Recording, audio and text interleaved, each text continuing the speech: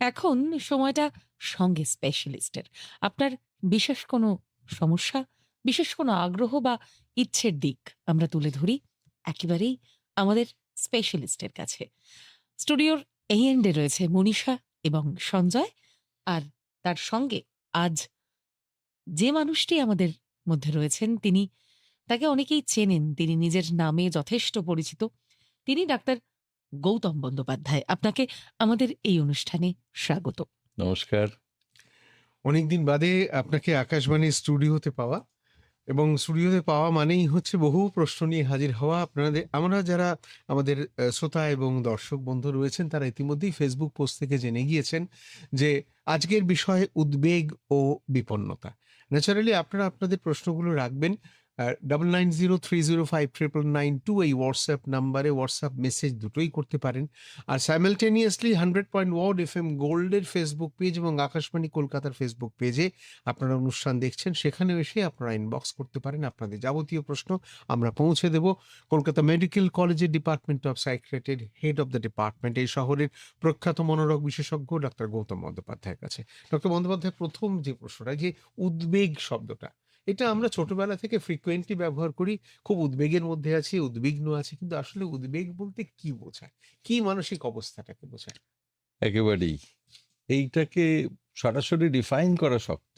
মানে উৎকণ্ঠা বা উদ্বেগ, এই বিষয়টা না যখন মনে হয় যে আমরা একটা মাঝামাঝি জায়গায় আটকে গেছি। উৎকণ্ঠা মানে গলার কাছে সে কিছু একটা দলা পাকিয়ে গেছে, হয়তো আমরা সেটাকে মানে আমার তার উপস্থিতিটা ফিল করছি, কিন্তু বোঝাতে পারছি না। এই যে জায়গাটা, এই জায়গাটাতে কি হয়, আমাদের কোনো জীবিত মানুষই উৎকণ্ঠা উদ্বেগ ছাড়া নেই সারা পৃথিবীতে।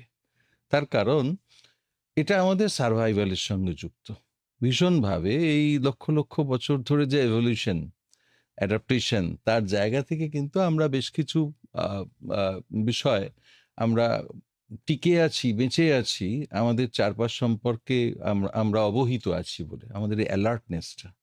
ফলে আমাদের মস্তিষ্কটা কিন্তু নেগেটিভ অনেক কিছু দেখে নেওয়ার জন্য তৈরি, সেভাবেই অভিযোজিত হয়েছে। ফলে যখনই সে কোনো অ্যালার্ম বাজছে, তখন সে একটা বিষয়কে তার একটা অ্যাসেসমেন্ট থাকে, তার একটা অ্যাপ্রেজাল থাকে যে আমি এইটা আমার জন্য ক্ষতিকারক কতটা, আর নাকি এটা চলবে, আমি পারবো। এই যে অ্যাপ্রেজাল হচ্ছে, এই যে বুঝে নেওয়া হচ্ছে, এই বুঝে নেওয়াটার সাথে সাথে তো বেশ কিছু চেঞ্জ হয়। অজস্র তত্ত্ব এবং তথ্য আছে, যে কেউ বলে এই ফিজিওলজিক্যাল রেসপন্সটা কোত্থেকে আসছে, ফাইট অ্যান্ড ফ্লাইট রেসপন্স বলে একটা কথা আছে, যে আমাকে পালাতে হবে নাকি আমাকে লড়াই করতে হবে, নাকি আটকে গিয়ে ফ্রিজ হতে হবে। এগুলো নিয়ে বিষয়গুলো তো আছেই, এবং সেটা করতে গেলে কি হয়, আমরা ওই যে বললাম আমাদের অভিযোজনের জায়গা থেকে আমাদের আমাদের লাংকে বেশি করে কাজ করতে হচ্ছে, হার্টকে ঘন ঘন পাম্প করতে হচ্ছে। কারণ পালাতেই যাই আর যুদ্ধই করি, আমার মাংসপেশিগুলোতে তো অক্সিজেন লাগবে, সেটা করতে গেলে এটা হবে।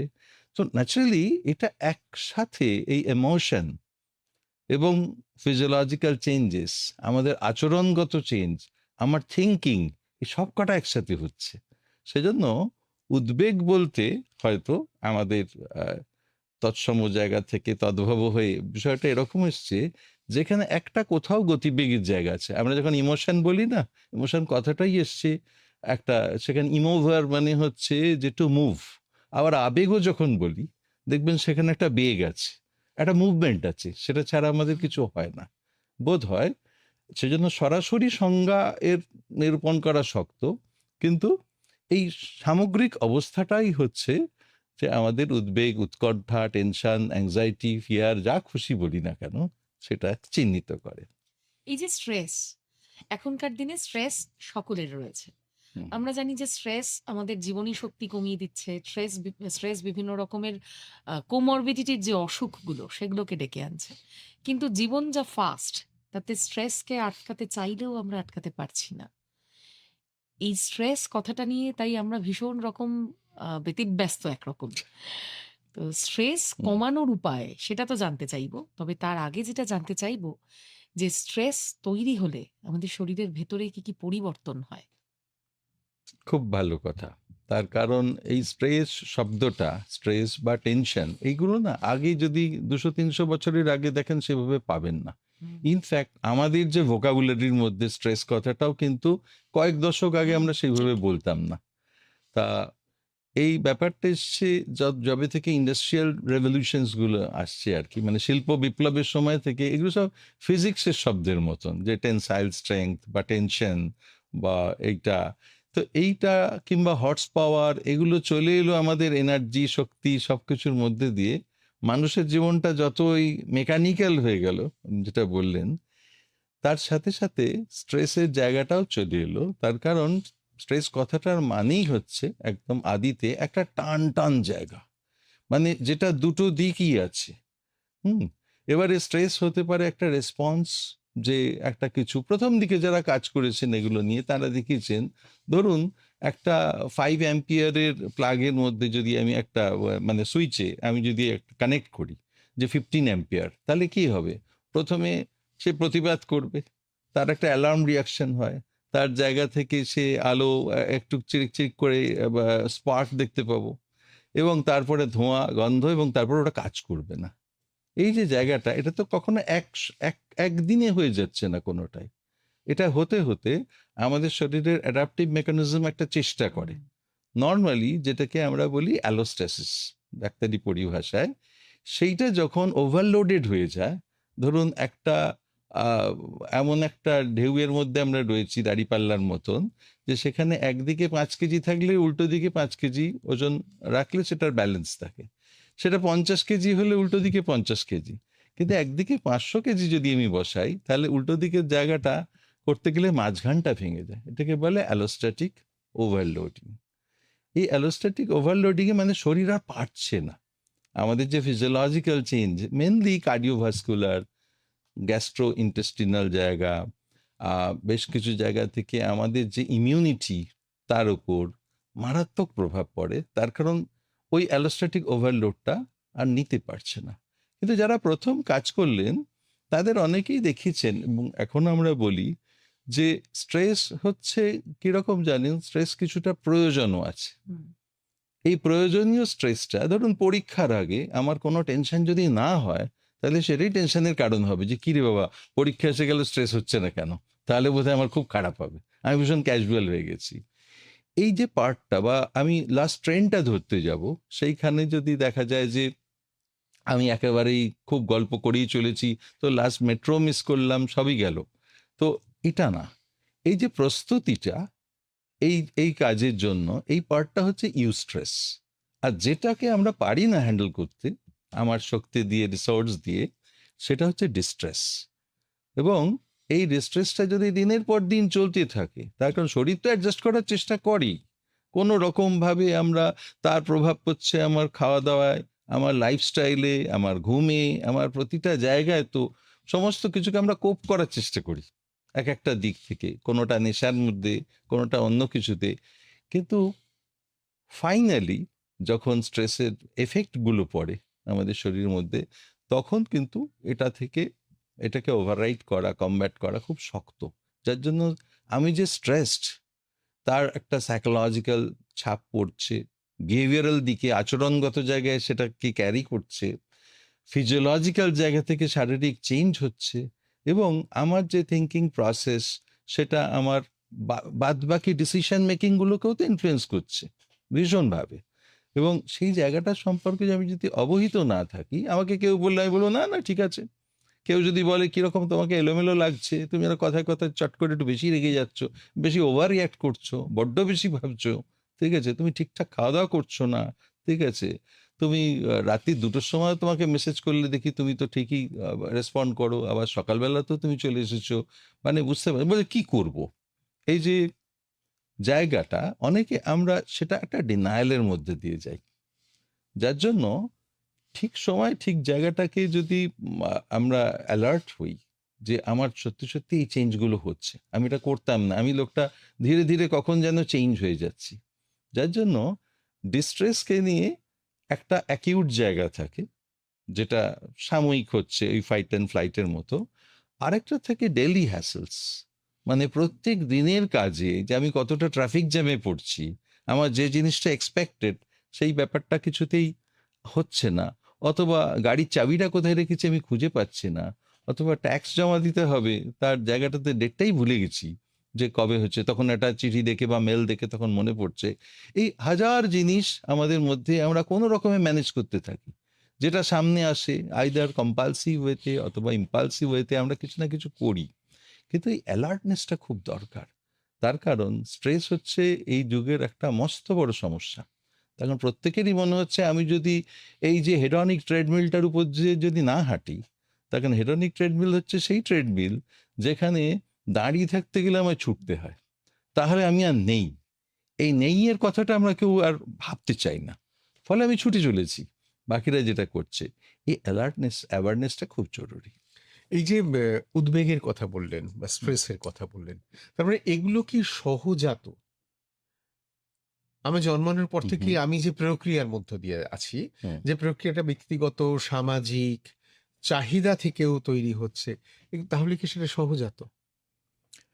আমাদের যে মানে কমব্যাট করার যে প্রস্তুতিটা শরীরের মধ্যে থাকে, কিন্তু আমরা তো একদিনে তো আমরা হই না। ধরুন হিউম্যান বিইং কথাটা যখন বলছি, সেটা তো একটা ভার্বের একটা ক্রিয়াপদের পার্টিসিপল, মানে কিছু হচ্ছি, বিইং, ডোরস আর বিইং ক্লোজড, বন্ধ করা হচ্ছে, তৈরি করা হচ্ছে, আমরা তো সম্পূর্ণ হইনি। তা এই সম্পূর্ণ হওয়ার মধ্যে আমাদের পার্সোনালিটিটা তৈরি হয়, ব্যক্তিত্ব তৈরি হচ্ছে ছোটবেলা থেকে। এবং সেইখানে যে ইন্টারাকশনটা, আমি যেভাবে দেখছি আমার চারপাশটা, তারা কিভাবে কমব্যাট করছে, তারা কতটা উদ্বেগের মধ্যে থাকে, তারা কতটা রেগে যান, সেটা আমি কোনটা করে সাকসেসফুল হচ্ছি কোনটা করে হচ্ছি না, এটা করতে করতে আমার ব্যক্তিত্বের জায়গাটা তৈরি হয়। এবং এটার মধ্যেই নিহিত থাকে আমি কিভাবে কমব্যাট করছি, তার উপাদানগুলো অনেকটাই থাকে। তারপর আমরা যত করি, মানে লাইফ তো ইন্টারাকশনস এবং এক্সপেরিমেন্টেশন ছাড়া আর কিছু নয়। সেই জায়গাটাতে আমি যে ইন্টারাকশন করি, যেভাবে এক্সপেরিমেন্ট করে আমি সাকসেসফুল হই, সেই জায়গাটা আমরা ব্যবহার করি। ফলে আমার সহজাত যে পত্রিকা, যেটা মানে আমার যে প্রক্রিয়া, সেটা একদম ইনেট, যে সেখানে সার্ভাইভালের জায়গা থাকবে। আমরা অ্যাংজাইটি বা যে কোনো থ্রেট পারসেপশনের জায়গা থেকে আমরা সেটাতেই থ্রেট পারসিভ করি বেশি করে, যেটাতে আমার শরীর, আমার ফিজিক্যাল হেলথ এবং সাইকোলজিক্যাল জায়গা, এবং আমি যে সিস্টেমটাকে ভ্যালিড বলে মনে করি, আমার ভ্যালু সিস্টেমটা ধাক্কা খায়, আমার সম্মানে লাগে, আমার ফেস লস এক্সপিরিয়েন্স হতে পারে, এই জায়গাগুলো আমার ভেতরে উদ্বেগ তৈরি করে। ফলে আমি আমার মতো করে কমব্যাট করি। ফলে কিছু মানুষ থাকেন খুব ভালনারেবল, তারা খুব সহজেই এই বিষয়গুলোতে পার্ট আউট হন, না বিচলিত হয়ে যান।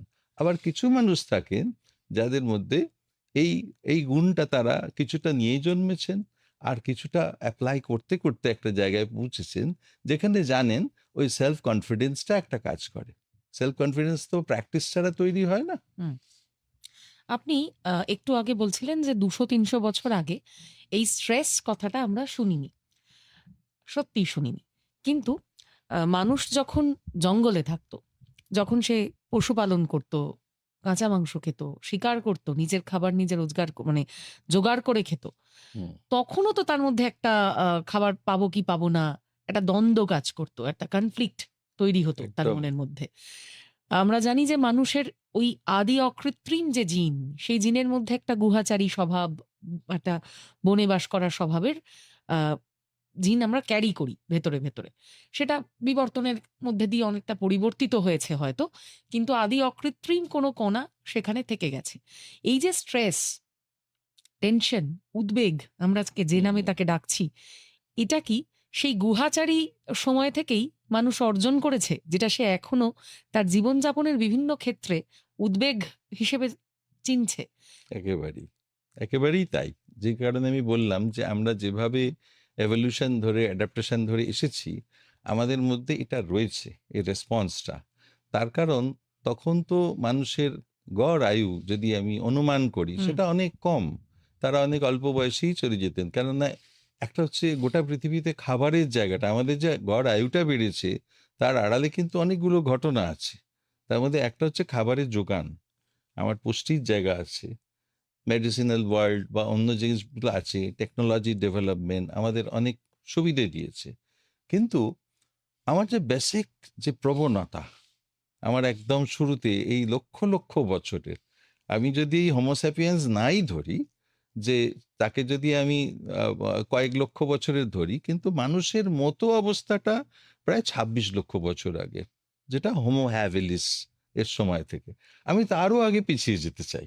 যদি সেখানে যাই, প্রত্যেকটা জন্তুর ক্ষেত্রে আমাদের নিজস্ব প্রতিরক্ষার জায়গা তো থাকবেই, নিশ্চয়ই। আমার নিজের ডিফেন্স তো থাকবেই। ফলে কোথা থেকে পালাতে হবে আর কোথায় ধেয়ে যেতে হবে আছে। ঠিক সেই জায়গাটা আমাদের শরীরের মধ্যেই সিম্প্যাথেটিক, প্যারাসিম্প্যাথেটিক, ওই জায়গা থেকে অ্যালার্ম সিস্টেম। আমাদের মস্তিষ্কের সবচেয়ে প্রিমিটিভ জায়গাটা হচ্ছে এই লিম্বিক সিস্টেমের জায়গা, যেখানে অ্যামিগডালা বসে আছে। আমরা বলি মাদার অ্যালার্ম, মানে সে সবসময় ঘন্টি বাজিয়ে দিচ্ছে ফায়ার অ্যালার্মের মতন, যে এবার রেডি হয়ে যাও। হুম, তো এই পার্টটা না অনেক সময় ফলস অ্যালার্মও বাজে। হুম, তার কারণ তাকে তো একটা ঘাসের জঙ্গলের মধ্যে খুব ধীর স্থির পায়ে এগোচ্ছে, এবং তার মধ্যে মনে হলো একটুখানি ঘাসটা নড়ে উঠলো, এবং সেখানে তো ভাবতে হবে যে ওর কোনো, তার কোনো মানে প্রেডেটারের জায়গা রয়েছে কিনা, যেখানে মানুষই তার শিকার, সেটা ভাবতে হচ্ছে। ফলে যে কোনোভাবেই হোক, যদি বেনিফিট অফ ডাউট দিতে হয়, তাহলে আমাকে হয় পালাতে হবে, নয় সতর্ক থাকতে হবে। আমার সিস্টেমটা এই অ্যালার্মটা বাজিয়েই যাচ্ছে। কিন্তু অনেক সময় আমরা অতিরিক্ত করে ফেলি।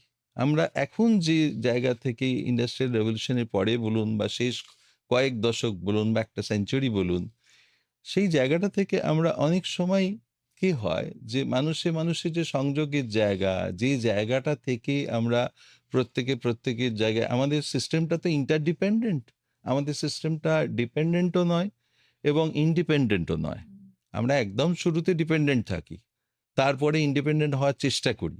কিন্তু আমরা জানি যে পূর্ণবয়স্ক মানুষ সে জানে যে মানুষের সিস্টেমটা ইন্টারডিপেন্ডেন্ট। সেই জায়গাটা থেকে সে তার একটা কাঠামো তৈরি করেছে, তার সিকিউরিটি, তার ইনসিকিউরিটি, তার নিশ্চিতি অনিশ্চিত জায়গা সবটাই সে জানে। সেই জানার জায়গা থেকে অনেক সময় আমরা প্রয়োজনের থেকে অনেকটা বেশিও করে ফেলি, যে কারণে যে কাজটা করলে হয়তো আমার স্ট্রেসটা অনেক কম হতো, হয়তো আমরা সেই অবধি পৌঁছতে পারি না। তার আগেই আমরা অনেক শর্টকাট রুটে ঢুকে পড়ার চেষ্টা করি।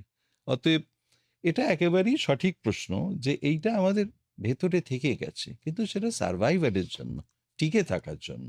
এই যে আপনি বললেন মানে আপনি বারবার বলছেন ইন্ডাস্ট্রিয়াল রেভলিউশন বা হুম। আমরা ক্রমশ সভ্যতা এগোতে এগোতে যে জায়গায় পৌঁছেছে, এর মাঝে কি মানুষের থাকার, নিজের থাকার বা অবস্থানগত জায়গাটা কিরকম? মানুষ কি জুড়ে থাকতে চায় নাকি একা থাকতে চায়?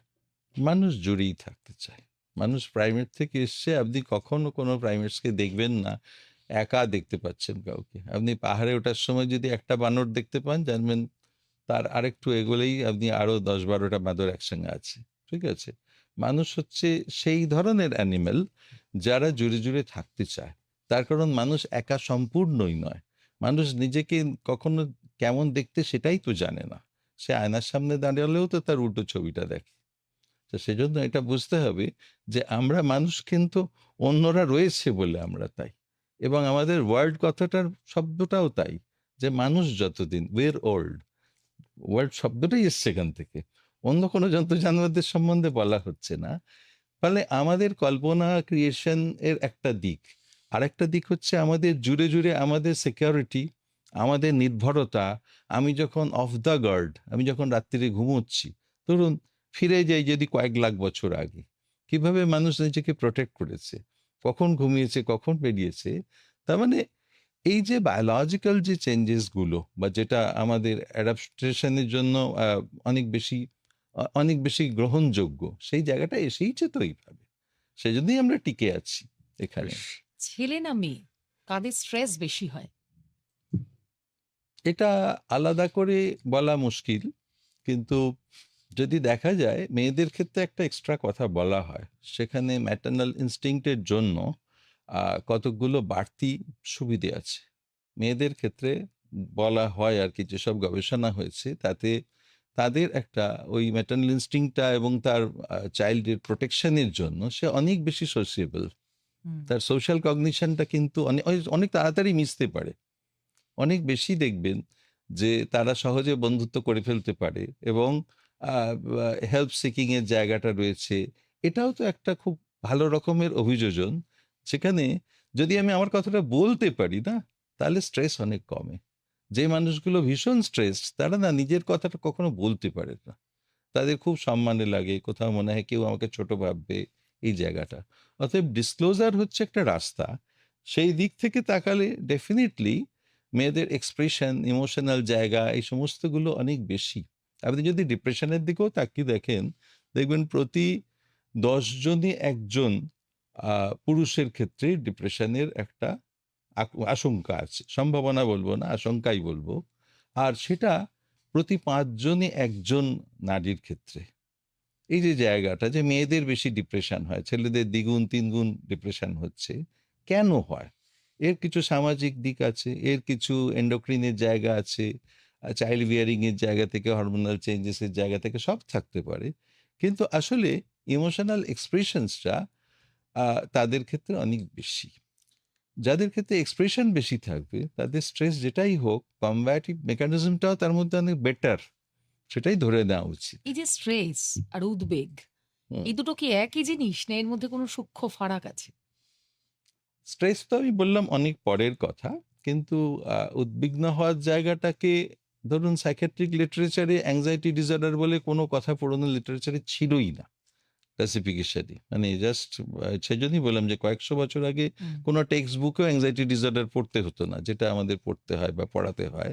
তার কারণ এটাকে নর্মাল ধরা হতো। হুম, এবারে নর্মাল অ্যাংজাইটি এবং প্যাথোলজিক্যাল অ্যাংজাইটি, এই দুটোর মধ্যে যদি তফাৎ আমরা করতে পারি, তাহলেই আমরা বুঝে যাব যে স্ট্রেসের সঙ্গে এদের তফাৎটা কোথায়। নর্মাল অ্যাংজাইটি হচ্ছে অ্যাডাপটিভ, সেটা আমি জানি যে যে কোনো নেগেটিভ কিছু যেটা সামনে আমি পড়েছি, সেটার মধ্যে দিয়ে আমি যদি একটু কনস্ট্রাকটিভ ওয়েতে এগিয়ে যাই, সেটাই লার্নিং এক্সপিরিয়েন্স, সেটা আমরা শিখছি, সেটা রিপ্রেসড হচ্ছে না। ফ্রয়েডীয় ভাষায় রিপ্রেসড হওয়া মানে চাপা পড়ে যাওয়া, আবার সেটা বেরোবে বলে। কিন্তু যাদের ক্ষেত্রে ওই মনস্তাপ বেশি, নিউরোটিক অ্যাংজাইটি যাকে আমরা বলি, সেখানে ওটা রিপ্রেশন হচ্ছে, নানা জটিলতা তৈরি হচ্ছে, আমার ডিসিশন মেকিংকে প্রভাবিত করছে। ফলে প্যাথোলজিক্যাল অ্যাংজাইটির জায়গাটা কি হয়, প্যাথোলজিক্যাল অ্যাংজাইটিটা না একটা ওই এর মতো আর কি, মানে একটা হাফ সার্কেলের মতো। সেটা অর্ধেকটা যায়, ওয়ার্লপুল বলা হয়, এবং সেটা হাফ যাচ্ছে, হাফ ঘুরে আসছে, সেটা কখনোই সম্পূর্ণ হয় না। ফলে ঘুরে ফিরে নেগেটিভ অ্যাফেক্টিভিটি বলে এটাকে, যে আমার ডিসস্যাটিসফ্যাকশন, আমার ইনকমপ্লিটনেস, এই অসম্পূর্ণতা বারবার ফিরে ফিরে আসে। সেটা এত ওভারহেলমিং হয়, সেটা এত বেশি আকারে হয়, যে আমার সারাক্ষণই কোনো কোনো মানুষ কে হবে কে হবে কে হবে নিয়ে ঘুরে বেড়াচ্ছে, এটা না হলে ওটা হবে, মানে একটা শেষ হলে আবার আরেকটাতে চলে যাচ্ছে। মানে টেনশন করাটা বা অ্যাংজাইটিতে ভোগাটা তার একটা কমব্যাটিভ মেকানিজম বলে মনে হচ্ছে, যে ওটা ছাড়া সে বাঁচবে না। হুম। এরকম মানুষ অনেক আছেন। অনেকের ফোবিয়া থাকে, অনেকের রেসপন্সের ক্ষেত্রে প্যানিক অ্যাটাকস হয়। কিন্তু আহ, আমরা যখন বাইরে থেকে কোনো একটা সোর্স বুঝতে পারি, যে এই পাড়ার ছেলেরা নতুন বাড়ি করে এসেছি, আমাকে এত লাখ টাকা চাঁদা চেয়ে বসেছে, এদিকে আমার পকেটে পয়সা নেই, আমি কি করবো বুঝতে পারছি না, আমার অ্যাপ্রেজালে এখানে পাড়ায় থাকতে হবে। আবার দ্বিতীয় দিকটা হচ্ছে যে আমি কি করে পারবো, ঠিক আছে, এটা একটা জেনুইন অবজেক্টিভ জায়গা আছে। অতএব আমার রিসোর্স ব্যবহার করে আমাকে কিছু না কিছু করে গেলে মিটে গেল। কিন্তু নিউরোটিক অ্যাংজাইটি বা প্যাথোলজিক্যাল অ্যাংজাইটিটা না, ওই সোর্সটা সরে গেলেই হয় না। ওই পার্টটাকে আমরা ফিয়ার বলি। আবার নির্দিষ্ট কিছু হলো, ধরুন লিফটে ওঠা, কি আরশোলার ভয়, কি পরীক্ষার ভয় বা অন্য কিছু, এটা আবার বিভিন্ন ফোবিয়ার মতো হয়ে গেল।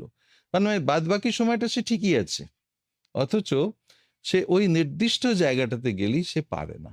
সে উঁচু বাড়িতে উঠতে পারে না, সে লিফটে চললে ক্লোজড এরিয়াগুলোতে তার সমস্যা হয়।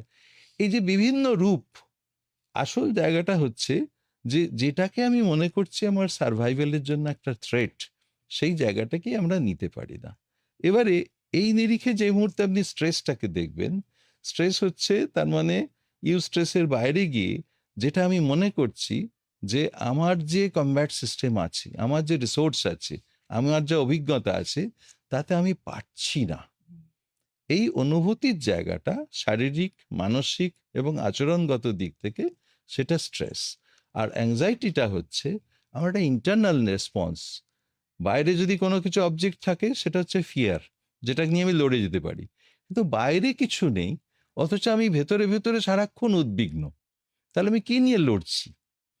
এই লড়াটাকে এরা দেখিয়েছিলেন যখন ফ্রয়েড সাহেব কাজ করেছিলেন। তিনি বলেছিলেন আমাদের মনের স্ট্রাকচারের মধ্যে একটা থাকে ঈদ বা ইনস্টিংক্ট, যেটাকে সহজাত হুম। বললেন সঞ্জয় বাবু। এবং সেই জায়গাটা থেকে এই ইনস্টিংক্টের জায়গাটাকে উনি বলছেন ঈদ, সে সব চায়। এবারে সেইখানে একটা হচ্ছে সেন্স অফ সেলফ, সে তো রিয়ালিটির সঙ্গে যুক্ত, এবং সেখানে আরেকজন তার গার্জেন বসে আছে, সে তৈরি হয়েছে, সেটা হচ্ছে সুপার ইগো। সে চাইছে যে একদম তার একটা মোরাল প্রিন্সিপাল আছে, এর বাইরে করাই যাবে না, অথবা একটা পানিশমেন্টের জায়গা আছে সেখানে, এটা কিছুতেই করা যাবে না। সে ইগোকেই বকবে যে তোমার উপর দেখার দাঁড়। তিনি হচ্ছেন হেডমাস্টার মশাই, ইনি হচ্ছেন ক্লাস টিচার ধরুন। এই যে লড়াইটা হচ্ছে, ফলে ইগোর কি জায়গাটা, ইগো তো আমি সেলফ, এবং সেই জায়গাটাতে সে সুপার ইগোকে যে জায়গা থেকে ভয় পাচ্ছে সেটা হচ্ছে মোরাল অ্যাংজাইটি, যে আমি এথিক্যালি গন্ডগোল করলাম, আমার গিল্ট তৈরি হচ্ছে, আমি কেন রাস্তা অ্যাক্সিডেন্ট হলো, আমি কেন চলে এলাম, কাজের তাড়া দেখি, আমি রেশনালাইজ করলাম আমাকে তাড়াতাড়ি হসপিটালে ঢুকতে হবে, সেই জন্য আমি তো দাঁড়াতে পারতাম। এইটা হচ্ছে মোরাল অ্যাংজাইটির যে জায়গাটা, বা কারোর সঙ্গে কম্পেয়ার করছি, ও অত ভালো। আর ঈদকে সামলাতে পারা যাচ্ছে না, ওই জায়গাটাতে যে আমার সারাক্ষণ টেনশন ভেতরে একটা তৈরি হয়ে যাচ্ছে, সেইখানে কিন্তু আমার যে অ্যাংজাইটিটা হচ্ছে সেটা নিউরোটিক অ্যাংজাইটির জায়গা। এরা এইভাবে 100 বছর আগে ব্যাখ্যা করেছেন। এখন আমরা বায়োলজিক্যাল দিক থেকে এবং সাইকোলজিক্যাল সোশিয়োলজিক্যাল দিক থেকে যে ভাগগুলো করছি, সেগুলো নিয়েই এখনকার আলোচনাগুলো চলে। আমাদের দর্শক শ্রোতারা প্রশ্ন রাখা শুরু করেছেন। দীপঙ্কর দাস প্রশ্ন করছেন, আমার বাবার বয়স 85 বছর, ওল্ড এজ হোমে থাকতে চাইছেন না, এদিকে আমার ছেলে অটিস্টিক, কিভাবে যে এই চাপ নেব বুঝতে পারছি না স্যার, দয়া করে সাহায্য করুন। বাবা কি ওল্ড এজ হোমে মানে রয়েছেন এখন, না নিয়ে সেটা যাওয়ার অবশ্য, একটা কথা হ্যাঁ, হচ্ছে, সেটা সেটা অবশ্য পরিষ্কার প্রশ্নটি হলো না। বুঝতে পারছি না, হ্যাঁ। কিন্তু বাবার জায়গা থেকে আহ, আমরা ইদিগো সুপারিগো বলছিলাম, ব্যাপারটা ওরকম ভাবেই এলো আর কি, যে উনি মাঝখানে রয়েছেন। একদিকে দুদিকটাই কিন্তু খুব ডিমান্ডিং, তার কারণ এটাও করতে হবে, এটাও করতে হবে। এবারে আমরা তো পুরো ঘটনাটা না জেনে সিদ্ধান্ত দেওয়া বা কোনো সাজেশন দেওয়াটা একটু শক্ত। তবু আমি বলবো যে এক্ষেত্রে বাবার যে একটা মতামত রয়েছে, সেই জায়গাটাকে একটু গুরুত্ব দিয়ে ছেলের বিষয়টা বুঝিয়ে বলা, 1 নম্বর, যে ছেলেকে নিয়ে যেটা হয়, বা দরকার হলে যদি এরকমও হয় যে ছেলের ক্ষেত্রে সিদ্ধান্ত নির্ণয়ের ক্ষেত্রে বাবার একটা ভূমিকাকে আহ, মানে কার্যকরীভাবে অ্যাকসেপ্ট করে নেওয়া, যে বাবাও যদি কিছুক্ষণ, আমরা তো এরকম জায়গা দেখেছি যে বাবারও একটা ভূমিকা থাকে। তার মানে একটা হচ্ছে বাবার নিজের মতামতের জায়গাটা, যে উনি থাকতে চাইছেন না অথচ বাড়ির যে সিচুয়েশন উনি পারছেন না, এই দুটোকে কি করে ব্যালেন্স করব, এই ভারসাম্য রাখাটা শক্ত হচ্ছে ওনার পক্ষে। তা আমার মনে হয় কমিউনিকেশনটা হচ্ছে সবচেয়ে গুরুত্বপূর্ণ জায়গা। আমরা অনেক সময় এগুলোকে না এড়িয়ে যাই। এই বিষয়টা নিজেদের মধ্যে আলোচনা করলে দেখা যাবে সাজেশনগুলো বেটার পাওয়া যাচ্ছে। আমাদের এক বন্ধু প্রশ্ন করেছেন দক্ষিণ 24 পরগনা থেকে, তিনি তার নামটি গোপন রাখতে বলেছেন, তাই সঙ্গত কারণে আমরা সেটা রাখলাম। আমাকে গত 16 বছর ধরে প্যারোক্সিটিন খেতে হয়েছে, এখন বন্ধ হয়েছে। আমার সমস্যা anxiety and stress, family problems. আমি একাই থাকি গত 25 বছর, এখন সব সময় বিষণ্ণ থাকি, মন খারাপ থাকে, কাজের সময়ও বিষণ্ণ থাকি। আবারও কি ওষুধ খেতে হবে? আমার বয়স 42। প্রথমত আহ, এই যে মেডিসিনটির কথা উনি বলেছেন, এটা তো ডাক্তারি পরামর্শ ছাড়া ওইভাবে খেয়ে নেওয়া যায় না, যে উনি একবার লিখলেন আমি খেয়ে গেলাম। আমার ধারণা উনি দেখিয়েছেন, খেয়েছেন, কখনো না দেখিয়েও খেয়েছেন, এরকম আমাদের অভিজ্ঞতা তাই বলে, চলতে থাকে চলতে থাকে। কেননা ওটা ছাড়লে তার মনে হয় যে যদি আমি ভালো না থাকি, আবার ওটা খেলে একটা গিল্ট ফিলিং হয় যে আমাকে ওষুধ খেতে হচ্ছে। এই যে অ্যাম্বিভ্যালেন্স চলে। কিন্তু আসল জায়গাটা হচ্ছে যে স্ট্রেস বা অ্যাংজাইটি বা যেটাকে উনি সামলাতে পারছেন না, সেই বিষয়টা নিয়ে। এটা সামলাতে যদি পারা যায়, যদি মনে হয় যে আমার ওষুধ তো একটা, মানে অনেক সময় আমাদের পারসেপশন ওষুধ একটা বোঝা হয়ে যায়, যে এত বছর খেলাম, তাহলে আমি এখনো কেন পারছি না? আসলে ওষুধের ব্যাপারগুলো ঠিক ওরকম নয়। ওষুধের জায়গা থেকে ওষুধ হচ্ছে, যেমন আমি এত বছর চশমা পরে আছি, তা তখন আমি যদি চশমাটা খুলে একটানে ফেলে দিতে চাই, তাহলে আমাকে অন্য কিছু একটা রাস্তা বের হুম। করতে হবে। তা সেটা তো হবে না। আমার পাওয়ার চেঞ্জও হয়, প্রত্যেক বছর দেখাতেও হয়, সবই ঠিক, আমাদের সবার ক্ষেত্রেই তাই। তো আমি বলবো যে আসল সমস্যাটার জায়গাটা না, একটুখানি ভাবুন যে এই স্ট্রেসের উৎসটা কি কি। আমরা অনেক সময় ওটা না ভেবে ওষুধ দিয়ে ব্যাপারটাকে ম্যানেজ করতে চাই। যে কোনো প্রবলেমের তিনটে দিক আছে: একটা বায়োলজিক্যাল, একটা সাইকোলজিক্যাল, একটা সোশিয়োলজিক্যাল। আমরা বায়োসাইকোসোশ্যাল অ্যাপ্রোচ বলি। অতএব চিকিৎসাও তো তাই। বায়োলজিক্যাল জায়গাটা ওষুধ দিয়ে হচ্ছে, যে জায়গাটা সাইকোলজিক্যাল সেটা সাইকোলজিক্যাল স্ট্রেংথের ব্যাপার, আমার নিজস্ব রেজিলিয়েন্স, আমার সেলফ ইমেজ, আমি আমার যে কম্ব্যাটিভ মেকানিজম সেটা সম্পর্কে আমার আস্থা কি রয়েছে, এবং সোশিওলজিক্যাল জায়গা থেকে আমার ফাংশনাল সাপোর্ট, আমি কতটা আইসোলেটেড, আমি কতটা আমার হেল্প সিকিং জায়গাটা আমি ইমবাইব করতে পারি, আমি সত্যি যদি আরেকজনের পাশে দাঁড়াই, আর অতএব উল্টো দিকের লোকটাকেও আমার পাশে পাবো। আমরা তো অনেক সময় এটা ভাবি না। তো এই যে জায়গাটা, বাকি দুটো জায়গাটাকে একটু ডেভেলপ করাটা জরুরি।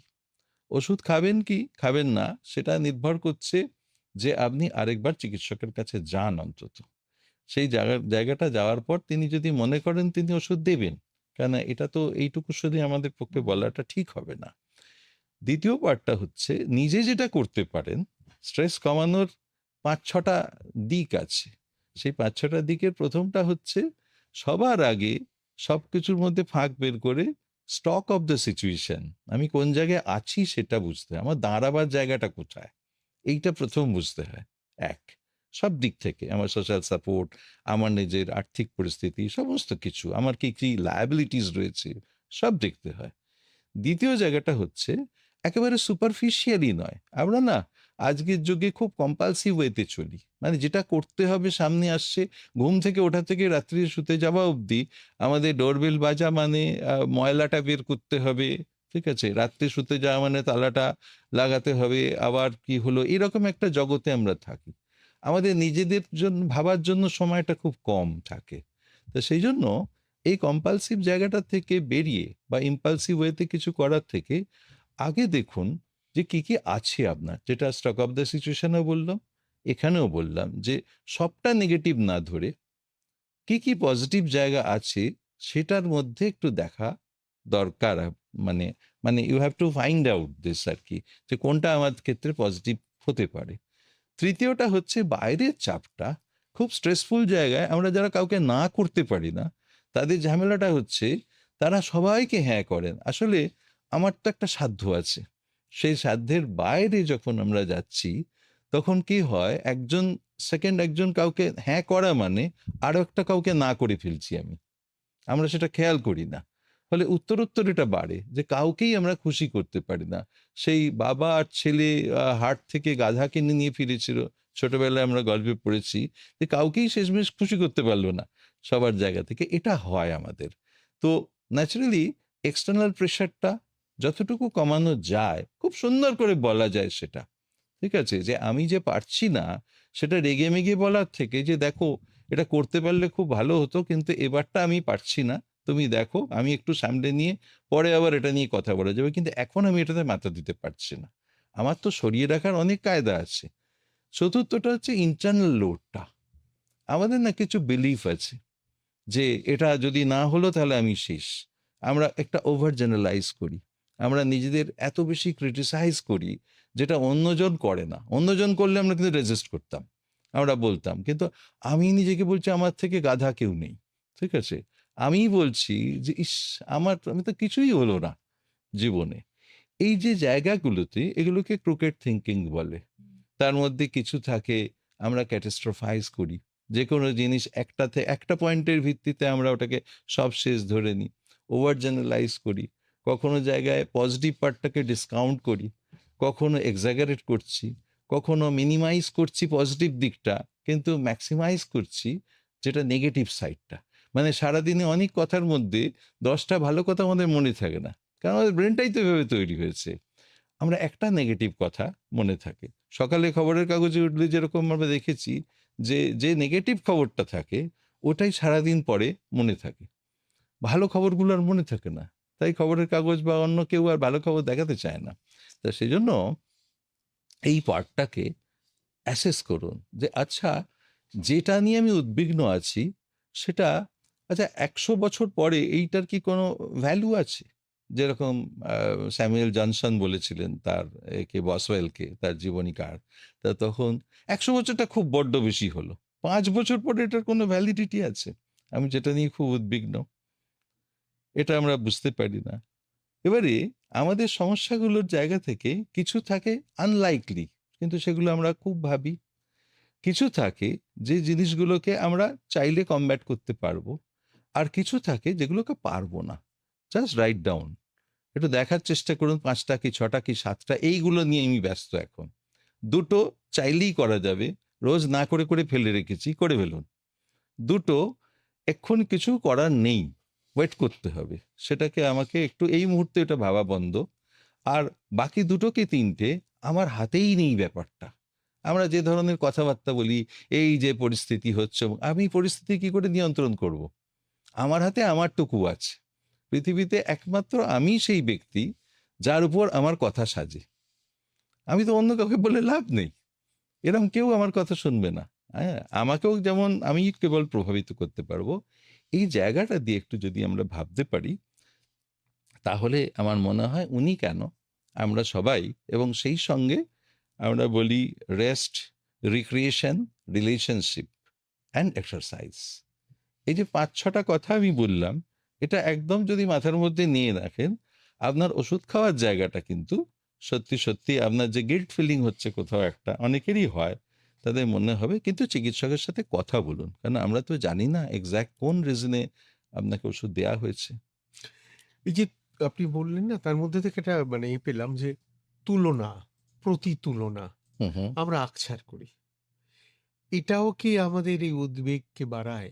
আমাদেরকে আরো স্ট্রেসড করে আরকি। দেখুন, মানে আমি অনেক সময় মজা করে বলি যে 3টে সি, তার উপর দাঁড়িয়ে থাকে হচ্ছে আমাদের ঝামেলাগুলো, আর 3টে ডি, তার উপর দাঁড়িয়ে থাকে সলিউশনগুলো। এবং আসলে এইভাবে বললে হয়তো মনে থাকবে বেশি। তো এই 3টে সি এর একটা হচ্ছে, আমরা সবসময় না একটা কমফোর্ট জোনে ঢুকে পড়তে পছন্দ করি, আমরা নড়াচড়া করতে পছন্দ করি না। মানুষ এই এই ধরনেরই অ্যানিমাল। তো ন্যাচারালি সেই কমফোর্ট জোনটাকে আনকমফোর্টেবল না করতে পারলে আমাদের জীবনে উন্নতি হবে না, এটা সত্যি কথা। আমি যদি শুধু কমফোর্টের মধ্যেই ঢুকে পড়ি, তাহলে আমি দ্বিতীয় সিটা, মানে কোনো চ্যালেঞ্জের জায়গা থেকে নিজেকে দাঁড় করাচ্ছি না। আমি যদি চ্যালেঞ্জ না হই, আমি যদি ঝামেলায় না পড়ি, তাহলে আমার সত্যি কিছু লার্নিং হয় না। তো আর তৃতীয়টা যেটা আপনি বললেন, সেটা হচ্ছে কম্প্যারিজন। ঠিক আছে, কম্প্যারিজন তো আমরা সতত করি, এবং সবসময় কম্প্যারিজনটা আমার থেকে যে ভালো করছে তার সাথে করি। আমি যেখানে দাঁড়িয়ে আছি সেখানে 50% আমার থেকে খারাপ করছে, 50% ভালো। আমি সবচেয়ে ভালোটার দিকে তাকিয়ে থাকি, ওটা আমি কেন হলাম না? এই যে জায়গাটা, এই তুলনা প্রতিতুলনা সর্বদাই হবে। আমি কখনো আমার চেয়ে যে খারাপ আছে, আমরা আছি তো খারাপ আছি, কিন্তু আমি কেন ওটা নই? এই যে ঘুরে বেড়াচ্ছি। আর 3টে ডিও আমি বলে দিই। আমি কি করে বুঝবো যে আমি স্ট্রেসড আউট? আমার স্ট্রেস তৈরি হয়েছে বা আমি খুব উদ্বিগ্ন। আমি রোগটাকে চিনবো কি করে? আমি বুঝবো কি করে? স্ট্রেস বা উদ্বিগ্ন হওয়াটাকে আমি আলাদা করে রোগ বলবো না। যে আমরা আলোচনাটা করছিলাম সেটা একটা মনের অবস্থা। যে সময়টাতে যখন দিনের পর দিন ধরে দেখবো যে আমি অল্প কথাতেই, মানে স্ট্রেসের চিহ্নগুলোকেই একটা বাইরে থেকে বুঝে যায়, যে আমি যতটা গোছানো মানুষ ছিলাম, আমি ততটা নই, আমি অনেক অগোছালো হয়ে যাচ্ছি, মাঝে মাঝেই এটা কোথায় রাখছি খুঁজে পাচ্ছি না, অন্য কিছু হচ্ছে। আমরা সবসময় ভাবছি আচ্ছা চাপ বাড়ছে, চাপটাকে তো আমরা একটা খুব ফ্যাশনেবল একটা টার্মের মধ্যেও ধরে নিয়েছি। তো এটা হচ্ছে যে তার জন্যই হয়তো ভুলভ্রান্তি হচ্ছে, অত কিছু নয়।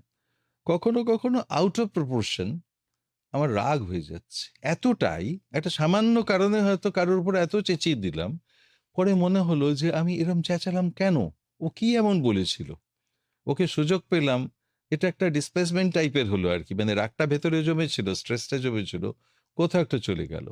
অল্প কোনো কথায়, যেটাতে চোখে জল চলে আসার কথা নয় বা অতটা বেশি রিয়াক্ট করার কথা নয়, সেটাও চলে আসছে। আমার খাওয়া দাওয়া ঘুম কিন্তু ভীষণ এফেক্টেড হয়। এই যে ঘুম না আসতে চাওয়া বা মাঝরাতে ঘুম ভেঙে যাচ্ছে, দেখবেন আমরা না যখন খুব একলা থাকি তখন সমস্ত নেগেটিভ জায়গাগুলো আসতে থাকে। বিশেষ করে অনেকের ভোরবেলা ঘুম ভেঙে যায়, যখন মাঝরাতে ভেঙে যায়, নানা রকম দুশ্চিন্তাগুলো, তখন ওই অ্যারাউজালগুলো আসে। স্ট্রেসের সময় কিন্তু এইগুলো বাড়তে থাকে। হুম। এবং সবচেয়ে বড় কথা হচ্ছে, আমি কোথাও ফোকাস করতে পারছি না। আমার অ্যাটেনশন কনসেন্ট্রেশনের জায়গাটাও খুব ডিফিকাল্ট একটা জায়গায় চলে যায়।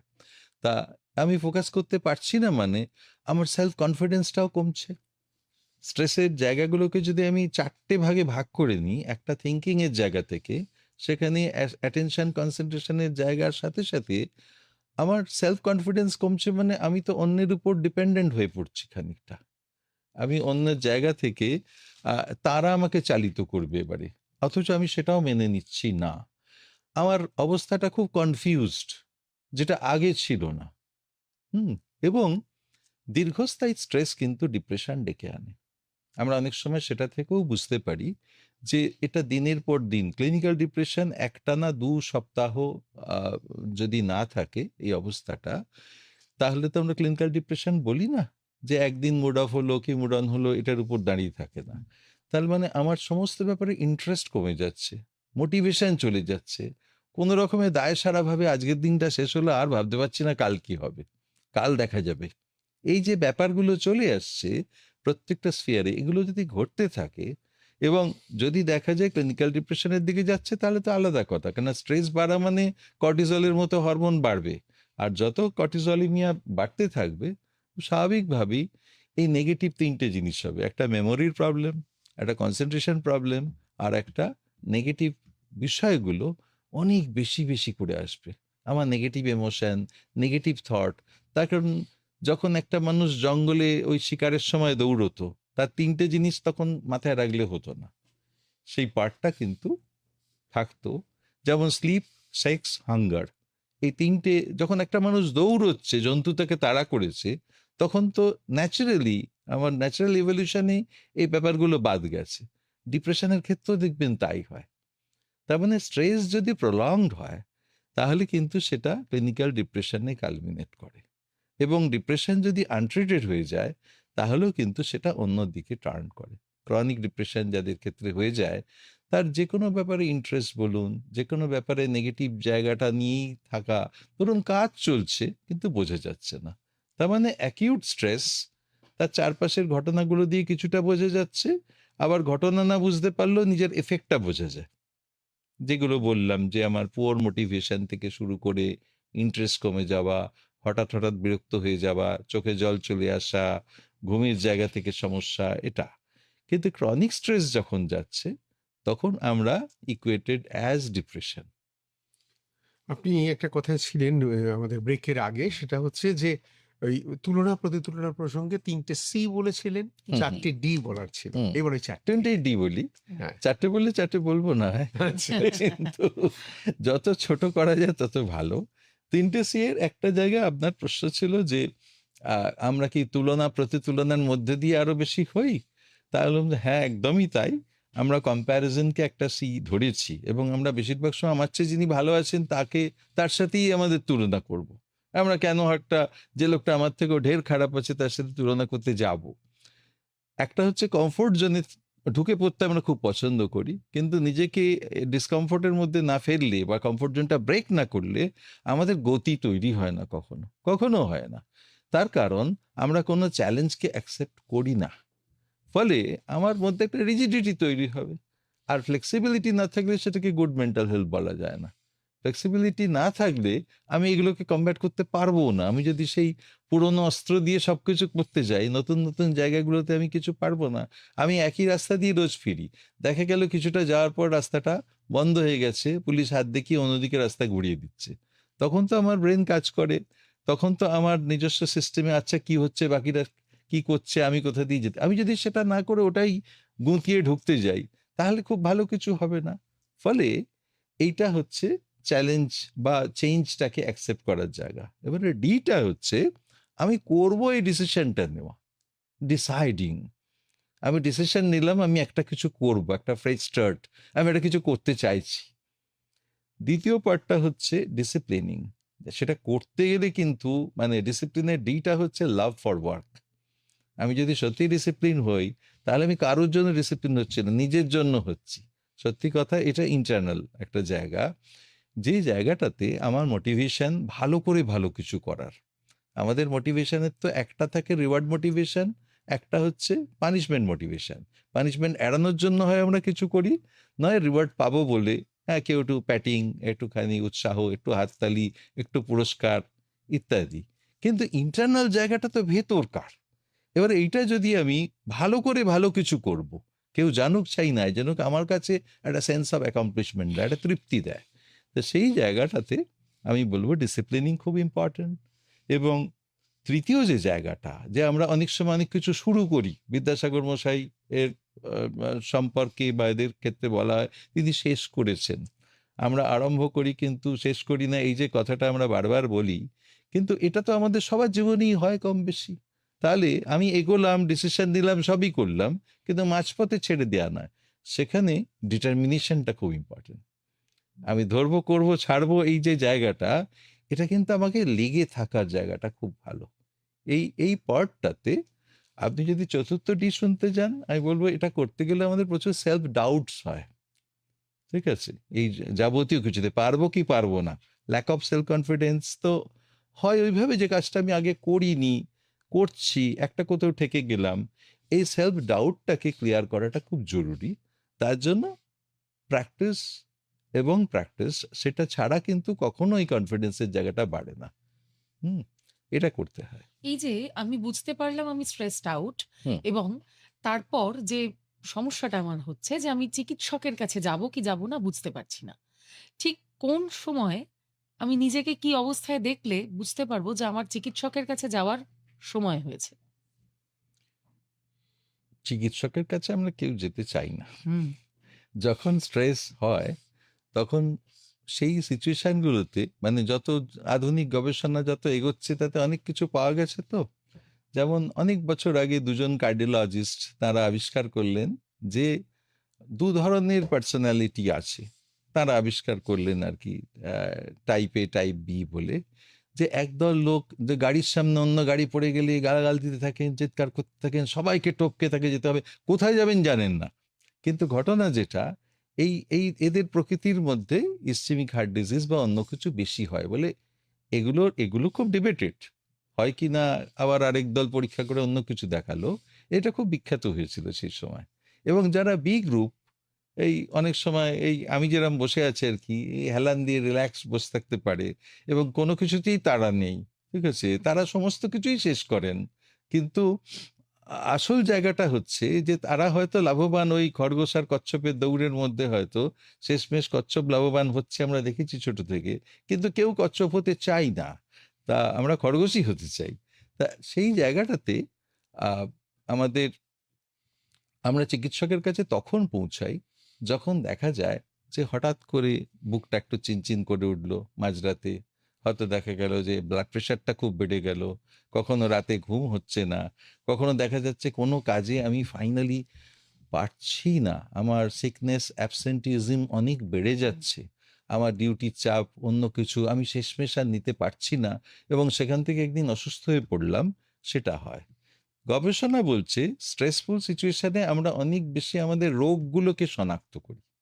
আমরা বহু সময় রোগের দিক অন্য সময় আমরা পাত্তাও দিই না, কিন্তু সেই সময় বললে আমরা হয়তো কেউ স্মোকিং ছেড়ে দেওয়ার চেষ্টা করছি, কেউ ইসিজি করাচ্ছি, অন্য টেস্ট করাচ্ছি, এটা করা। কিন্তু একটা কথা মনে রাখার, যেহেতু আমি বলেছি যে স্ট্রেস কিন্তু দীর্ঘস্থায়ী হলে অনেক সময় এই যে ক্রনিক স্ট্রেস একটা ডিপ্রেশনের জায়গা তৈরি করে দেয়। এবং ডিপ্রেশন কিন্তু এসেনশিয়াল একটা বায়োলজিক্যাল জায়গা, হুম। নয়তো ওষুধ দিলে কাজ হবে কি করে, এটা তো বুঝতে হবে প্রথমে। এবং সাইকোলজিক্যাল যে থেরাপিগুলো আছে সেখানেও কিন্তু লার্নিং হচ্ছে। এটাও কিন্তু গবেষণা করে দেখানো হয়েছে যে কগনিটিভ থেরাপি, ইন্টারপার্সোনাল থেরাপি, এই জায়গাগুলোতে কিন্তু একটা লং লাস্টিং এফেক্ট ব্রেনের মধ্যে তৈরি হয়। এমনকি ফাংশনাল এমআরআই করেও সেগুলো দেখানো হচ্ছে। বিষয়গুলো কোনোটাই উড়িয়ে দেওয়ার মতো নয়। ওষুধের মলিকুল যেখানে গিয়ে কাজটা করবে, দীর্ঘদিনের স্ট্রেস কি করে, আমাদের brain derive neurotrophic factor BDNF জাতীয় জিনিসগুলোকে কমিয়ে দেয়, ফলে সেল লস হয়। আমাদের ব্রেনে মস্তিষ্কের যে নিউরনগুলো আমরা ছোট থেকে পড়েছি যে নিউরন ক্যানট ডিভাইড, কিন্তু দেখা গেছে এখন যে নিউরোপ্লাস্টিসিটি আছে, পজিটিভ এক্সপিরিয়েন্সে অন্য জায়গায় বেশ কিছু জায়গায় ওটা গ্রো করতে পারে, কিন্তু এই জায়গায় ডিগ্রোথ হচ্ছে। অতএব আমাদের ভুলে যাওয়া, আমাদের স্ট্রেসের এফেক্ট, সমস্ত কিছুর জায়গা থেকে কিন্তু ওই বিডিএনএফটা কমে যায়। ফলে বিডিএনএফ বাড়াতে পারে কি? বিডিএনএ বাড়াতে গেলে প্রাথমিকভাবে আমার এখানে ওষুধপত্রের দরকার আছে, চিকিৎসকের পরামর্শের দরকার আছে।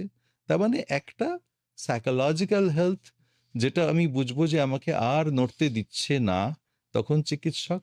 আর একটা হচ্ছে ফিজিক্যাল হেলথ, লোকে ফিজিক্যাল হেলথের জন্যই বেশি যান, এবং চিকিৎসক তাকে বলেন যে আপনার ঘুমের দরকার, খাওয়াটা ঠিক সময় দরকার, আপনার এই এক্সারসাইজ দরকার, আপনার লাইফস্টাইল চেঞ্জ করা দরকার, তখন তিনি সব কথা শুনতে থাকেন। আমার মনে হয় এটা অনেকেই আমরা নিজেরা বুঝি, কিন্তু আমাদের ভেতরে তো একটা জেদ কাজ করে কোথাও, যে এটা কি এমন হয়েছে, এর আগে আমি কত করেছি। এটা বুঝতে হবে, আমি এর আগে অনেক করেছি, তখন আমার ফুয়েলটা, আমার গাড়ির তেলের ট্যাঙ্কিতে আমার তখন অনেকটা তেল ভরা ছিল। এখন কিন্তু কমবার অনেকটা রাস্তা এগোতে এগোতে এর অনেক ক্ষয় হচ্ছে বাকি যন্ত্রপাতিগুলো, এর রেস্টও হয়তো দরকার। তো দ্যাট ইজ দ্য, মানে আমার মনে হয় সেটাই হাই টাইম হওয়া উচিত। হোয়াটসঅ্যাপে প্রশ্ন করেছেন হাওড়া থেকে নন্দা রায় পোড়েল।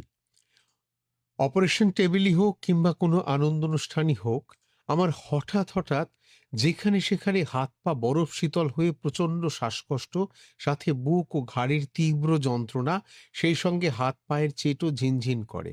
যারা আগে কোনোদিন আমাকে ওই অবস্থায় দেখেনি তারা আমার মৃত্যু আগত ভেবে ভয় পেয়ে যায়। কিছুক্ষণ পরেই আবার স্বাভাবিক হয়ে যায়। এতে আমি নিজে অত্যন্ত বিব্রত বোধ করি। এটার জন্য আমি প্রস্তুত থাকি না। এগুলো কেন হয়? প্রতিকার কি? ঘুমের ট্যাবলেট খেলেও ঘুম আসতে দেরি হয়। প্রসঙ্গত বলি, ব্লাড প্রেশার, সুগার, হার্ট নিয়ম করে চেক আপ করে থাকি। বুকে সবসময় একটা চাপ অনুভব করি। বেশ, এই সবগুলোই নন্দা দেবী করেন, কিন্তু ঘটনা হচ্ছে মানে এটা অফলেট, মানে এটা কতদিনের ডিউরেশনটা সেটা প্রথম কথা জানা দরকার। শুনে মনে হচ্ছে যেটা এটা দীর্ঘদিন ধরেই হয়। হুম, অপারেশন টেবিলে আমরা বিব্রত হচ্ছি না বা টেনশন করছি না, এরকম তো খুব কম লোকই আছে যিনি আদৌ বুঝছেন না কি হবে। হয়তো কারোর মানে তাকে অ্যানাস্থেটাইজ করতে হবে বা কিছু করতে হবে, প্রত্যেকের ভেতরেই তো একটা জিনিস কাজ করে। হুম। আর সেটাকে ওভাররাইড করতে গেলে আমাকে ভরসা করতে হয় যারা করবেন তাদের উপর। হুম, তো এটাকে আমি যদি নাও ধরি যে সেই সময় ভয় পেয়ে যাচ্ছি, হাত পা ঠান্ডা হচ্ছে, হতে পারে অনেক সময় সেটাকে নর্মাল রেসপন্স ধরবো আমরা।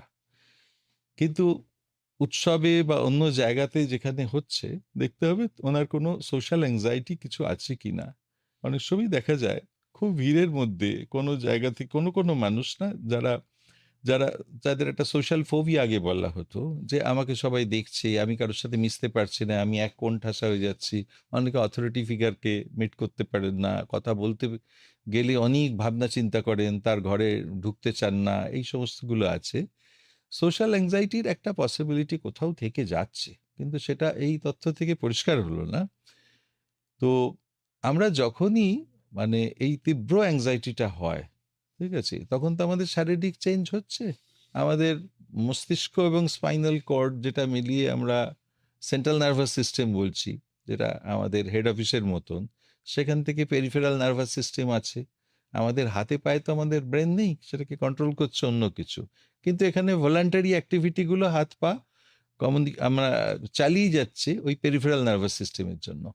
কিছু থাকে অটোনমিক নার্ভাস সিস্টেম বা স্বয়ংক্রিয় নার্ভতন্ত্র, সে কিন্তু আমার ভাস্কুলেচার বা আমার যে কার্ডিওভাস্কুলার জায়গা থেকে কোন ভেসেলসে হঠাৎ ডায়ালেটেড হবে, কোনটা না হবে, সেটাকে কন্ট্রোল করে, এই যে রেসপন্সগুলো।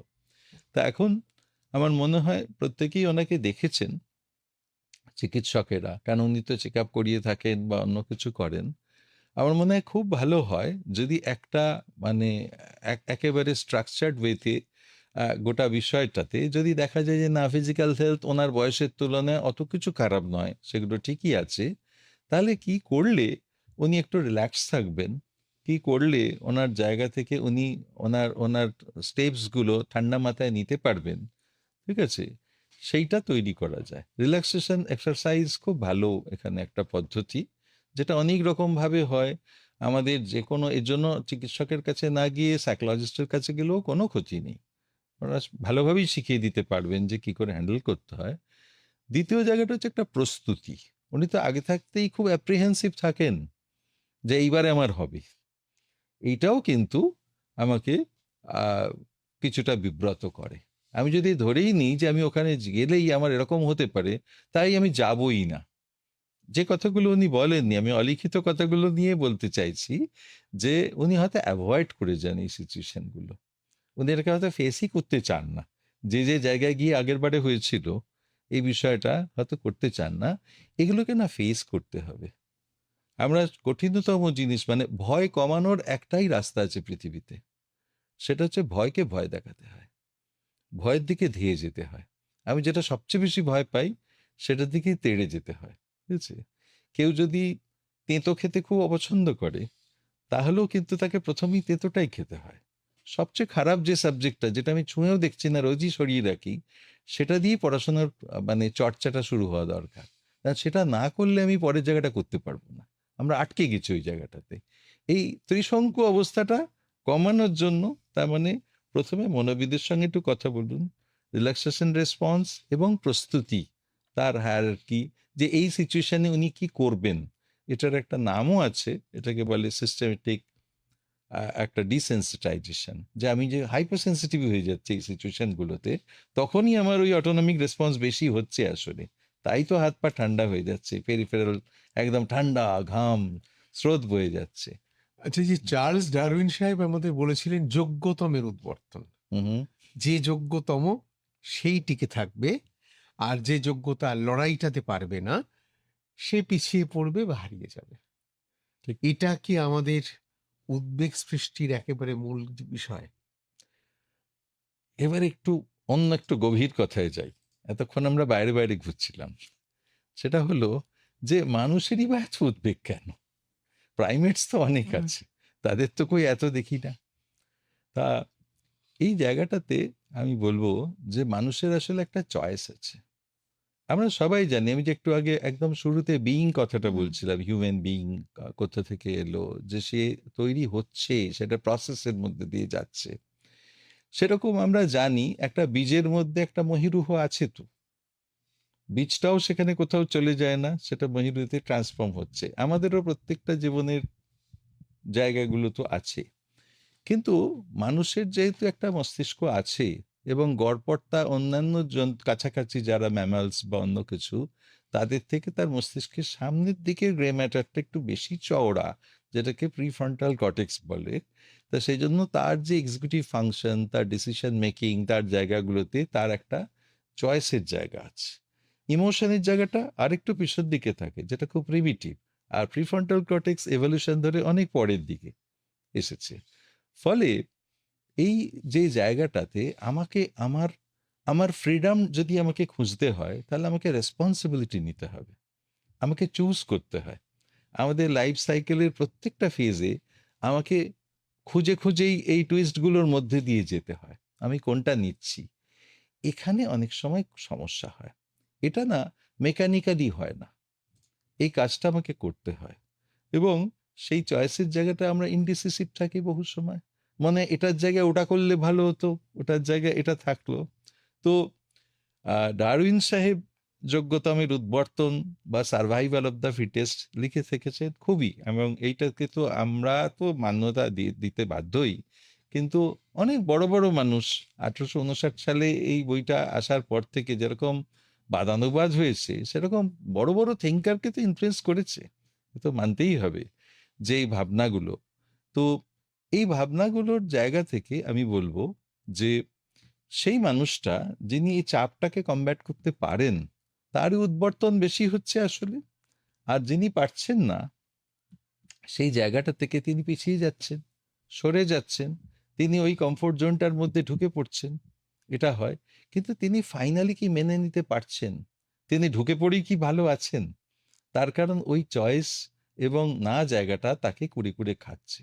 আমাদের 4টি জায়গা খুব ইম্পর্ট্যান্ট এখানে। একটা হচ্ছে অ্যাডোলেসেন্সের সময় থেকে না আমাদের যে কোনো কিছুতে একটা ডেথ অ্যাংজাইটি এসে যায়। আমরা গাছের পাতা ঝরা থেকে শুরু করে আমার প্রিয় কুকুরটা কি পাখিটা মারা যাওয়া, ঠাকুমা দাদু চলে যাওয়া, এগুলো দেখতে দেখতে আস্তে আস্তে আমরা বুঝে যাই এবং সেগুলো নিয়ে আমরা অনেক কম কথা বলি। এই যে ডেথ অ্যাংজাইটিটা কোথাও একটা থেকে যাচ্ছে। দ্বিতীয় জায়গাটা হচ্ছে আইসোলেশন। সেখানে ইন্টারপার্সোনাল, ইন্ট্রাপার্সোনাল এবং পৃথিবীর সঙ্গে একটা আইসোলেশনের জায়গা। তৃতীয় হচ্ছে যে ফ্রিডম। আমরা ফ্রিডমটাকে খুব চাই কিন্তু খুব ভয় পাই। আমরা ফ্রিডম ফ্রম চাইছি কোনো কিছু থেকে, না ফ্রিডম টু ইনটু যাচ্ছি, সেটা খুব ইম্পর্টেন্ট। এবং সেটা কিন্তু এটা একটা শেখার জায়গা আছে। এবং চতুর্থ জায়গাটা হচ্ছে এই চারপাশটা ভালো করে বুদ্ধিমান জীব হিসেবে মানুষ জানে যে সবই তো মানুষেরই কল্পনা। মানুষ যে এক্সপিরিয়েন্সগুলো লাভ করে পৃথিবী থেকে সেটার একটা এক্সপিরিয়েন্সিয়াল ভ্যালু আছে, যেটা দিয়ে সে ক্রিয়েট করে তার একটা ক্রিয়েটিভ ভ্যালু আছে। আর তৃতীয় জায়গাটা হচ্ছে অ্যাটিটিউডিনাল ভ্যালু। সেই জায়গাটা দিয়ে সে আস্তে আস্তে বুঝতে পারে যে আমার সার্থকতা কিসে। আমরা অনেকে বলে থাকি যে জীবনের কোনো মানেই নেই, ওটা ফালতু।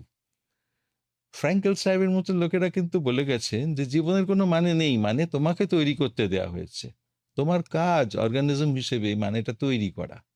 এই যে মিনিংলেসনেসের জায়গাটা, যেখানে গোটা পৃথিবীর নাথিংনেসের মধ্যে আমাকে মানে তৈরি করতে হচ্ছে, যেটা অন্য কারোর ভাবনার মধ্যে অতটা থাকছে না, একটা পাখির ভাবনায় কিংবা গন্ডারের ভাবনায় থাকছে না, সেই জায়গাটা নিয়ে কিন্তু আমাদের উদ্বেগ এবং সেটাকে কাটিয়ে ওঠার মধ্যে উদ্বর্তন, যেটা আপনি ডারউইন সাহেবের কথা বলছেন।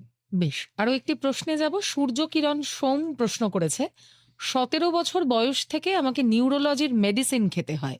অতি অল্প সময়ে আমি অনেক রেগে যাই, তাই ভ্যালপারিন ট্যাবলেট খাই। এর কোনো প্রতিকার আছে কি? আপনি যা বললেন আমার সবগুলোই হয়। আমাকে ল্যাকোটাইড, অক্সিটল, নেক্সিটোএল এস খেতে হয়।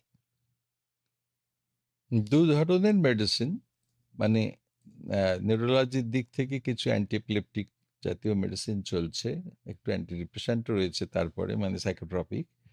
কিন্তু আমার মনে হয় যে এই একটু আগে এই কথাটাই আমরা আবার আবার পুনরায় একই কথা বলছি, যে এটা যিনি চিকিৎসক আছেন ওষুধের জায়গাটা কিন্তু কি কারণে ঠিক দেয়া হচ্ছে, মানে যিনি খাচ্ছেন তার পারসেপশন তো একরকম, আর যিনি দিচ্ছেন তার জায়গাটা বোঝাটা খুব জরুরি, যে কেন হঠাৎ করে দিতে হয় অ্যান্টিএপিলেপটিক বা কেন ইত্যাদি ইত্যাদি, কোনো কারণ থাকবে সেটা করা।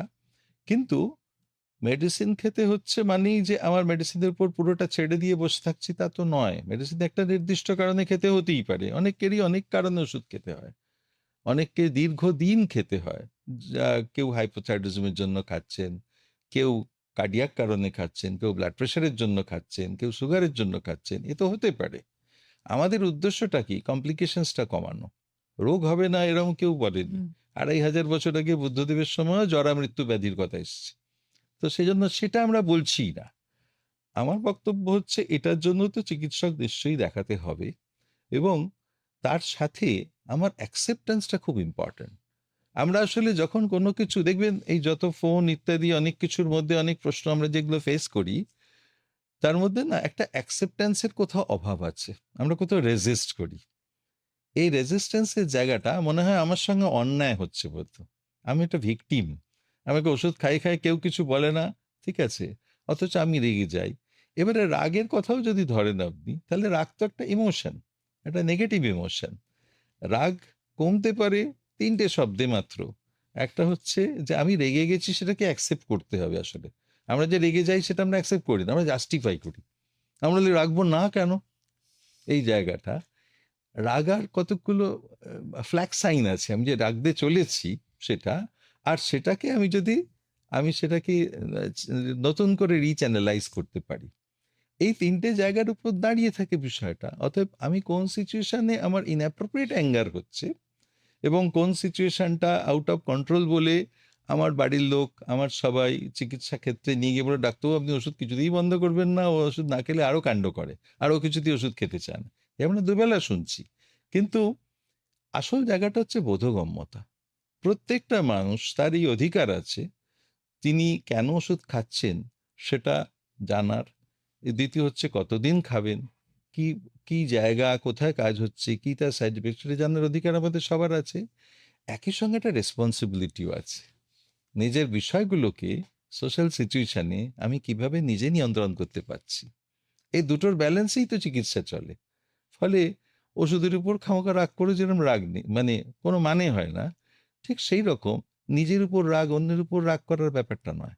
ব্যাপারটা হচ্ছে আমার কি উত্তরণ হচ্ছে, আমি কি চেষ্টা করছি ওই জায়গা থেকে এই জায়গাতে পৌঁছানোর। যদি পারেন ডেফিনেটলি উনি পারবেন।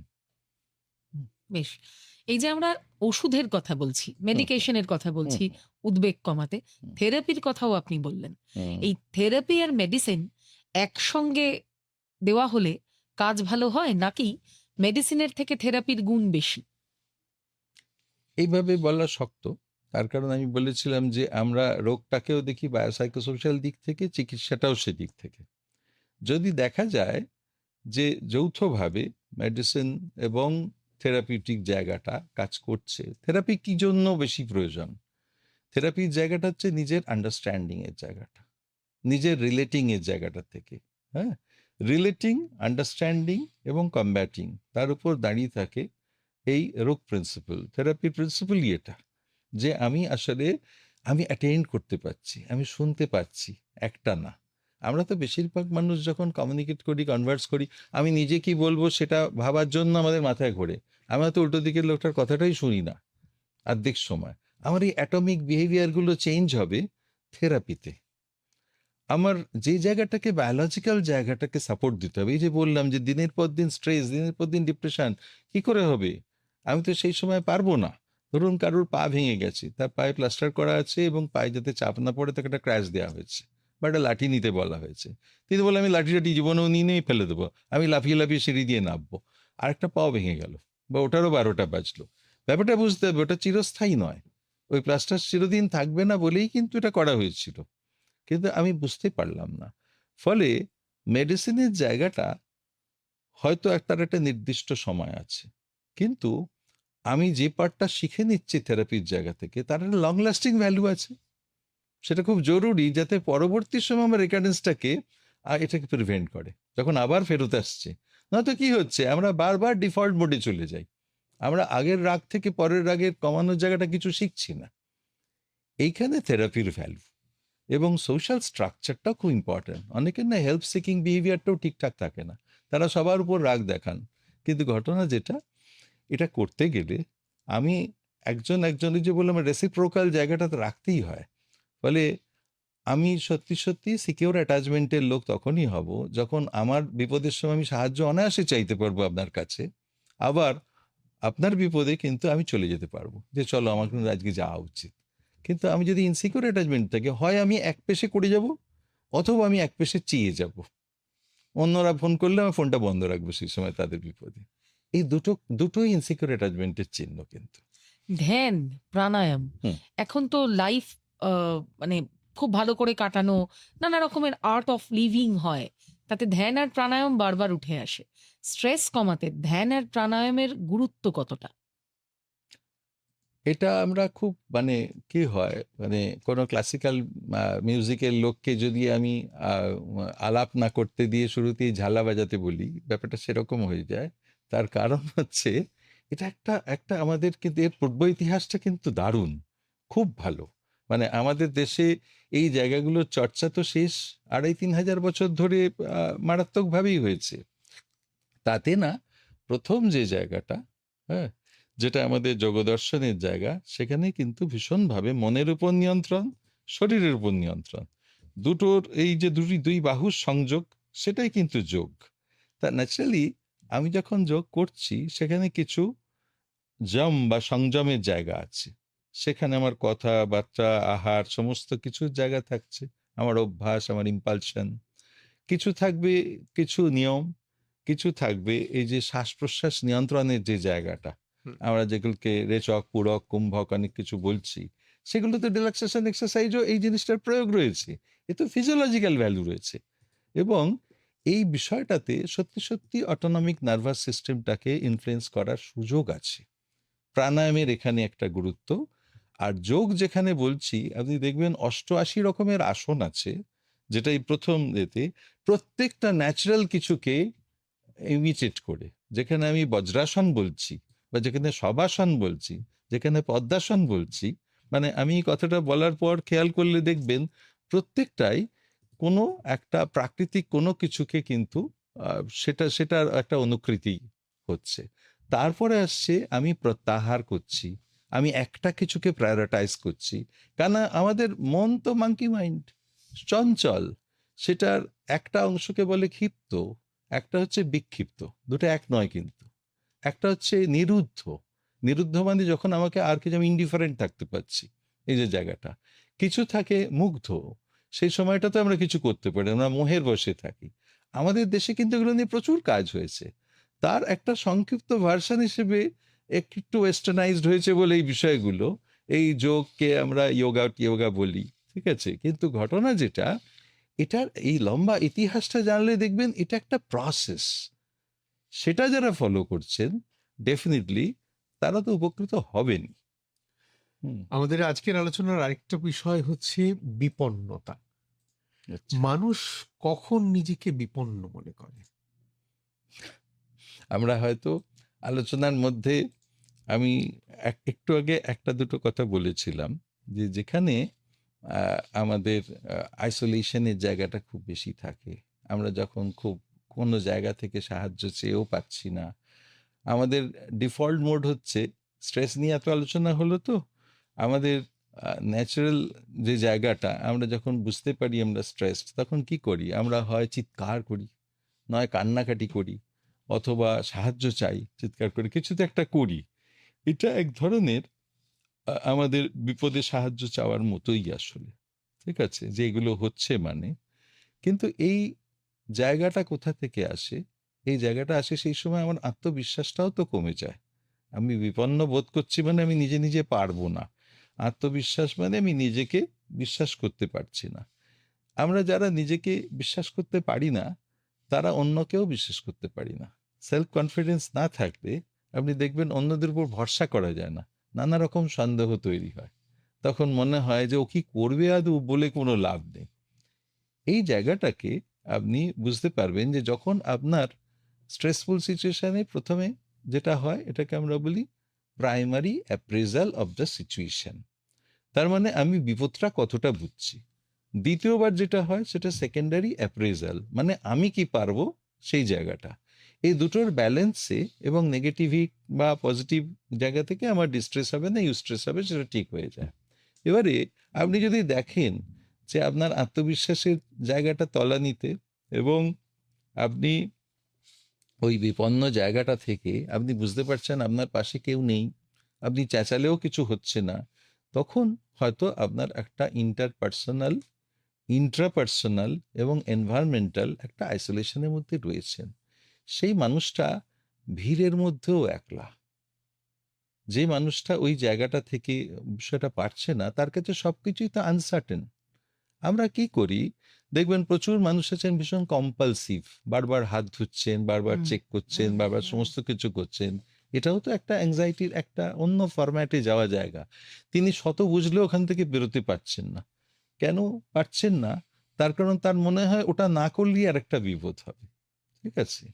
তার মানে অ্যাংজাইটি, স্ট্রেস, এই আমরা এতক্ষণ ধরে যে আলোচনা করলাম, তার গোড়ার জায়গাটা হচ্ছে আমরা কেউ আনপ্রেডিক্টেবিলিটি এবং আনসার্টেনিটিকে নিতে পারি না। যখনই কোনো কিছু আনসার্টেন বলে আমাদের মনে হয়, প্রেডিক্টেবল নয়, আমরা 100% নিশ্চিত হতে চাইতো। আমরা ওই পারফেকশনিস্টের জায়গাটা তখনই তৈরি হয়, কিন্তু আমরা ভুলে যাই যে we are the fruits of imperfection, ঠিক আছে?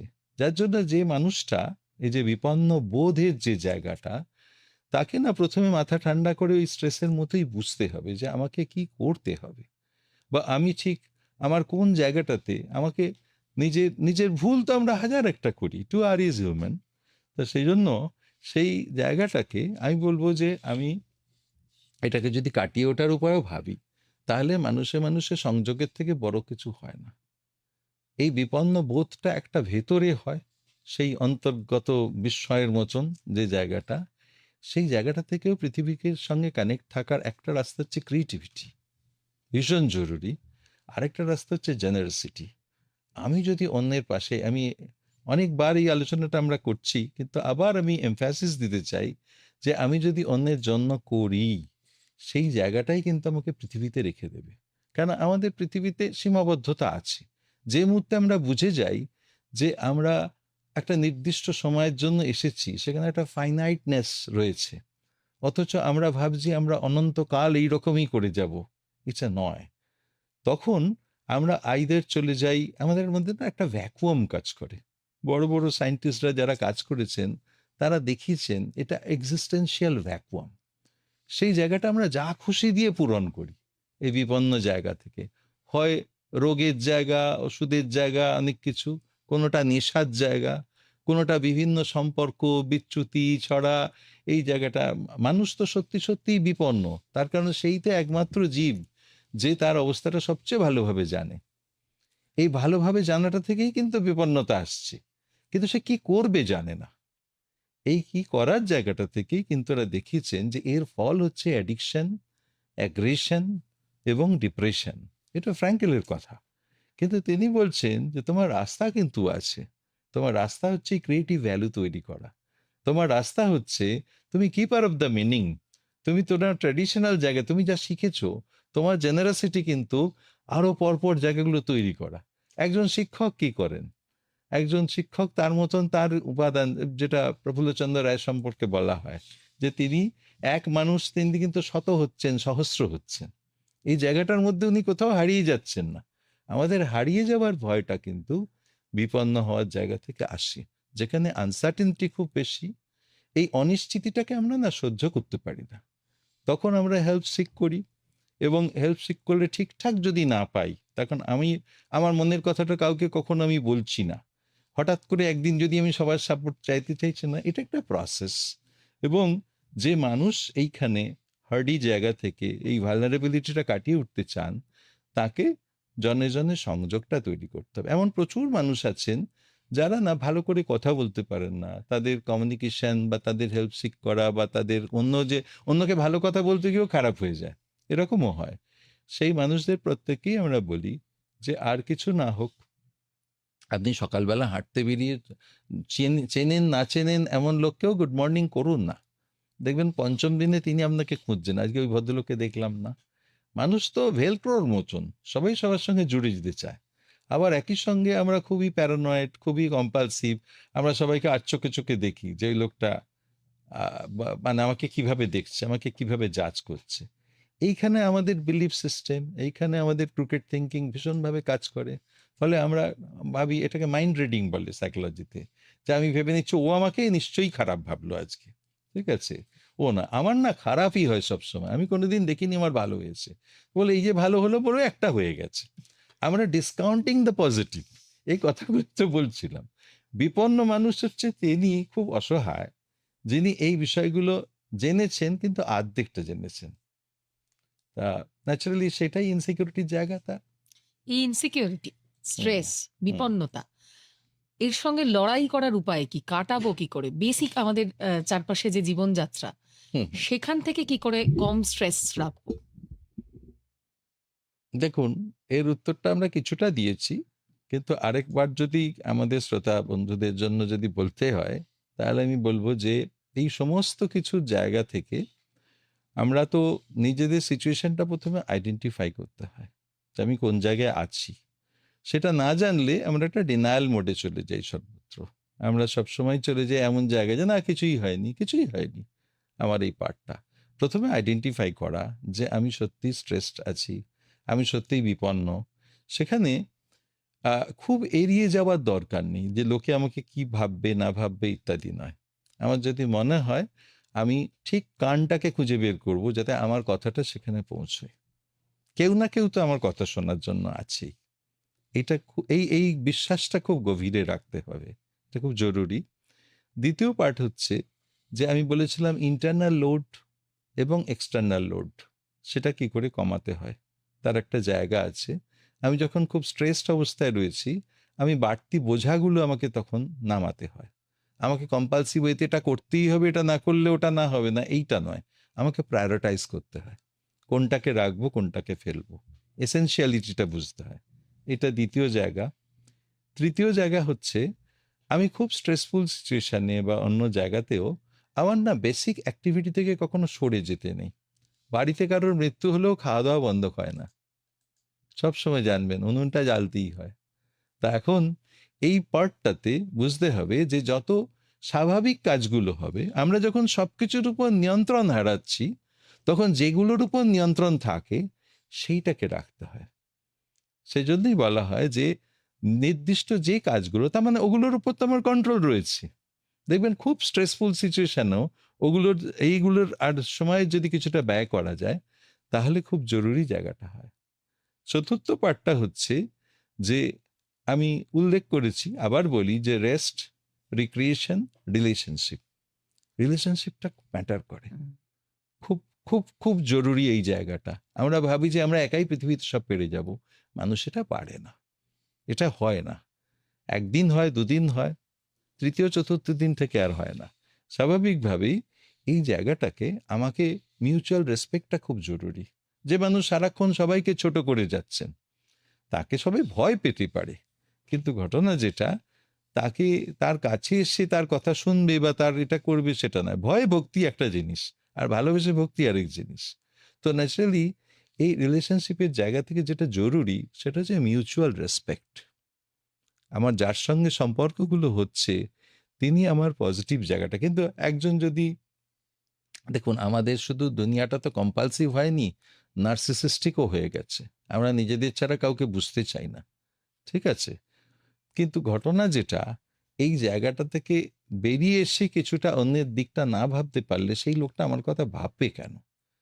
রেস্ট মানে আমার শুধু মানে রেস্ট মানে শুধু শুয়ে বসে থাকা নয়। রেস্ট মানেও কিন্তু ক্রিয়েটিভ কাজ। রেস্ট মানেও আমার যেগুলো ভালো লাগে সেই জায়গাগুলো করা। যখন আমি কিছুতেই মন দিতে পারছি না, তখন কিন্তু আমরা দেখেছি যে ফিজিক্যাল ওয়ার্ক কিছু করলে, আমি যেমন অনেককে বলি বুদ্ধদেবের একটা গল্প ফলো করে, যে তাকে বুদ্ধদেবের সেই বিখ্যাত গল্প পাত্রটি মার্জনা করো, আমি আজকে আর বলবো না, কিন্তু তাতে দেখা গেছে যে ফিজিক্যাল ওয়ার্ক, ডু সামথিং যেটাতে আমি অ্যাক্টিভলি কিছু করতে পারছি, স্ট্রেস অনেক কমে যায়। ঠিক আছে? আপনি এটা বই গোছাতে শুরু করলে, কিছু না পারেন মাথার চুলটা একটু কেটে এলেও কিছু কাজ হয়। বাড়ির ঘরগুলো প্রচন্ড অগোছালো রয়েছে, আমি একটা জিনিস করি, আমি ঘুম থেকে উঠেই do something before the breakfast, এই কথাটা আমি প্রায়ই বলি আমার কাছে যারা আসেন, যে আমি প্রথম অনেক দিন ধরে 7 দিন ধরে একটা জিনিস করা হচ্ছে না, একটা ইমেলের আনসার দেওয়া হচ্ছে না, ড্রয়ারটা গোছানো হচ্ছে না, প্রচুর কাগজ হিজিবিজি ব্যাগ ভারী করে দিয়েছে, ফেলা হচ্ছে না, আমি সেটাই করব। নিজে হাতে কিছু করা, নিজে হাতে গাছে জল দেওয়া, কি চাটা বানিয়ে নেওয়া, কি আরেকজনকে দেওয়া, এই জায়গাগুলো even during stress it's also very important এই জায়গাটা। এবং অতি অবশ্যই পৃথিবীতে আমরা কতদিন থাকবো, আজ আছি কাল সকালে নাও থাকতে পারি, এই জায়গাটা আমরা বলি থিওরিটিক্যালি, কিন্তু মনে মনে আমরা বিশ্বাস করি না। আমরা মনে করি যে আমরা অনন্তকাল থাকবো। যুধিষ্ঠির থেকে আমি পর্যন্ত সবাই এটাতে খুব বিস্মিত যে যে যম মন্দিরম সবাই যাচ্ছেন, কিন্তু ঘটনা যেটা কি হচ্ছে, আসলে আমরা এটা অ্যাকসেপ্ট করতে পারি না। আমি যদি এটা অ্যাকসেপ্ট করি, তাহলে না আমরা না দুটো মানে গণ্ডি দিয়ে ব্যস্ত থাকি। একটা আমার অতীত, যেহেতু মানুষের ব্রেনে ট্রান্সেন্ডেন্স আছে, সে কানেক্ট করতে পারে, ফলে আমরা অতীতকে ভুলতে পারি না।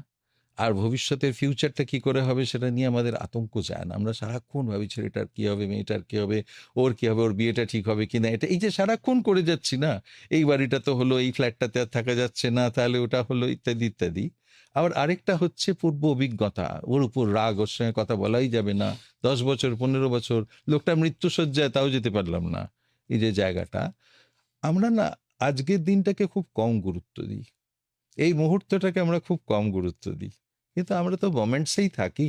তা সেই জন্য সেই জায়গাটাকে যিনি গুরুত্ব দেবেন, তিনি স্ট্রেসকে কাটিয়ে উঠতে পারবেন। তিনি জানেন যে রিয়ার ভিউ মিরর দিয়ে পিছনের দিকটা গাড়ির দেখে গাড়ির সামনের কাগজ আটকে রাখলে সামনে এগোনো যায় না। আমি শুধু অতীত দেখে পারবো না, আর যদি ফিউচারিস্টিক জায়গাটাতে থাকি তাহলে আজকেটা নেগলেক্ট করছি। আজকেটা হচ্ছে অতীতের ভবিষ্যৎ, আর আজকের দিনটা হচ্ছে ভবিষ্যতের অতীত, এটাই সত্যি কথা। তা সেই জন্য আমার মনে হয় এই বিষয়গুলো মনে রাখলে অনেক বড় বড় ওষুধপত্র, অনেক কিছুর আগে আমরা আমাদের নিজস্ব কিছু লার্নিং থাকে, প্রত্যেকটা মানুষ যেটা অ্যাকসেপ্ট করতে পারে না যে তার চিন্তা ভাবনাকে অন্যরা নিয়ন্ত্রণ করবে, অন্যকে থেরাপি করতে হবে, এটাই তো পারবো না। উনি আর নতুন কথা কি বললেন, এগুলো তো আমি সব জানতাম, ঠিক আছে। বা তার স্ত্রী বলছে আমি তো তোমায় সবগুলো এগুলো বলেছিলাম। হয়নি, ঠিক জায়গা থেকে ঠিক জিনিসটা আসতে হয়, তাই না? ধরুন রাস্তায় প্রচুর ষাট ষাট ঠাকুর বিক্রির জন্য রয়েছে, মূর্তি, আর আপনি প্যান্ডেলে আছেন, আপনি প্যান্ডেলেরটাতে নমস্কার করেন, সবকিছু স্ট্রাকচার লাগে, কোন জায়গা থেকে কথাটা আসছে সেটা খুব গুরুত্বপূর্ণ হয়ে যায়। এবং সেটা কিন্তু আমাদের ভালো থাকার জন্য খুব জরুরি। খুব ছোট্ট করে একটা প্রশ্ন এক লাইনে সারবো যে এই যে আমাদের ডে টু ডে লাইফ, আমরা মাঝে মাঝেই বলি মন খারাপ লাগছে একটু শপিং করে নিলে ভালো লাগবে, মন খারাপ লাগছে একটু গান শোনো, একটু বই পড়ো, আমরা এগুলো অনেককে বলে থাকি। হুম। সত্যিই কি এই কাজগুলো মন খারাপ কমায়? ক্লিনিক্যাল ডিপ্রেশন কমানোর পেছনে এই ডে টু ডে ওয়ার্কগুলো কোনো ভূমিকা পালন করে? ক্লিনিক্যাল ডিপ্রেশনে নিউরোট্রান্সমিটার বা অন্য জায়গাগুলো তো বদলে যাবে না, তখন এই কাজগুলো করতে ভালো লাগে না। হুম। ক্লিনিক্যাল ডিপ্রেশন মানে হচ্ছে তার অনেক জিনিস এর কমে যাওয়া, তার মধ্যে একটা ইন্টারেস্ট, তার যে ভীষণ ভালো লাগা যে সিরিয়াল সেটা দেখতেও তার ভালো লাগে না, ভীষণ ভালো লাগা খাবার বিরিয়ানি দিলেও খায় না, একটু খেয়ে ভালো আছে পরে খাবো তুলে রাখো। এটা হয় কেন? তার কারণ এই জায়গাটাতে ওটা হবে না। কিন্তু অন্য যে কোনো সময় আমি আমার একটা পছন্দের লিস্ট তো করতে পারি, আমি আমার প্রবণতাগুলো তো জানি যে আমি কিসে কিসে বেশি ভালো থাকি। আমি অনেককে বলি যে যে কিছু ভালো না লাগলে তুমি একটু নেল পালিশ পড়ে নাও, ঠিক আছে? বলে নেল পালিশ তো পড়াই আছে, আমি তাহলে মোছো, সব তুলে দিয়ে আবার পড়ো। তুমি এরকম করবো? আমি বললাম, হ্যাঁ, কারণ ওটা তোমার ভালো লাগে। আমার দেখে মনে হয়েছে যে ওটাতে আমি একটা এনগেজ থাকলাম। আমার এই এনগেজমেন্টটা বেশি ইম্পর্ট্যান্ট। সবাই গান গাওয়া বা শোনা এগুলো বলতে এটাই বোঝায়, কিন্তু আমার সাজেশন হচ্ছে কোনো প্যাসিভ এক্সারসাইজ নয়। গান শোনাটা প্যাসিভ এক্সারসাইজ, টিভি দেখাটা প্যাসিভ এক্সারসাইজ। যেটা অ্যাক্টিভ এক্সারসাইজ, যে খানিকটা বাগানে গিয়ে জমি কোপানো অথবা অন্য কিছু, ওই যে বললাম যে ইউটেন্সিলস গুলো বা যেগুলো জমে আছে সেগুলোকেও গায়ে জোর দিয়ে একটু মেজে ফেলা, এগুলো হচ্ছে অ্যাক্টিভ এক্সারসাইজ। যেন do something that is physical in nature. সেইটা না নিজের পছন্দের একটা লিস্ট করে রাখতে হয়। যে আমি একটু হাঁটতে বেরিয়ে গেলে ওই ফোনে ফোনে ইন্টারাকশনে আমার রাগই বেড়ে যাচ্ছে। অ্যাঙ্গারে একটা কথা বলা হয় ভেন্টিলেশন মিথ, যে মনে হয় বের করে, কিন্তু বোতলের দৈত্য বেরিয়ে গেলে খুব ডেঞ্জারাস জিনিস। নেগেটিভ ইমোশনকে অনেক ভুলভাবে ব্যাখ্যা করে, আমরা সবাই বলে থাকি কথাগুলো, কিন্তু আসল জিনিসটা হচ্ছে অ্যাকসেপ্ট করো যে কোথায় রাগ, চ্যানেলাইজ করো, এইটা। তা সেই জন্য গান বাজনা যাই বলা হোক না কেন সব ভালো লাগতে পারে যদি সেটা আমার পছন্দের হয় আর মনের স্টেটটা ওই জায়গায় থাকে। আদারওয়াইজ কিন্তু কেউ বললে তাকে গালাগাল দিতেও ইচ্ছে করবে। আপনাকে ধন্যবাদ জানানোটা বাতুলতা হয়ে যাবে, কিন্তু একদম ঘড়ির কাঁটা বলছে আমাদের সময় শেষ, তাই আপনাকে আজকের মতো বিদায় জানাতে হবে। আপনারা যারা আমাদের এই অনুষ্ঠান শুনছিলেন দেখছিলেন তাদের আরও একবার বলি, আমাদের আজকের বিষয় ছিল উদ্বেগ ও বিপন্নতা। দেড় ঘন্টা ধরে আমাদের এই বিষয়ের চারদিক নিয়ে সমৃদ্ধ করলেন আর কেউ নন, ডাক্তার গৌতম বন্দ্যোপাধ্যায়, যিনি কলকাতা মেডিকেল কলেজ এবং হাসপাতালের ডিপার্টমেন্ট অফ সাইকিয়াট্রির হেড অফ দ্য ডিপার্টমেন্ট এবং এই শহরের প্রখ্যাত মনোরোগ বিশেষজ্ঞ। ডক্টর বন্দ্যোপাধ্যায়, আপনাকে শুভরাত্রি জানাই, ভালো থাকবেন এবং নমস্কার। নমস্কার। এই ভালো আবদারও থাকুন। রাখছি যে এই অনুষ্ঠানে ভবিষ্যতে আবার আপনাকে কোনোদিন আবার দেখা হবে। নিশ্চয়ই। ভালো থাকুন।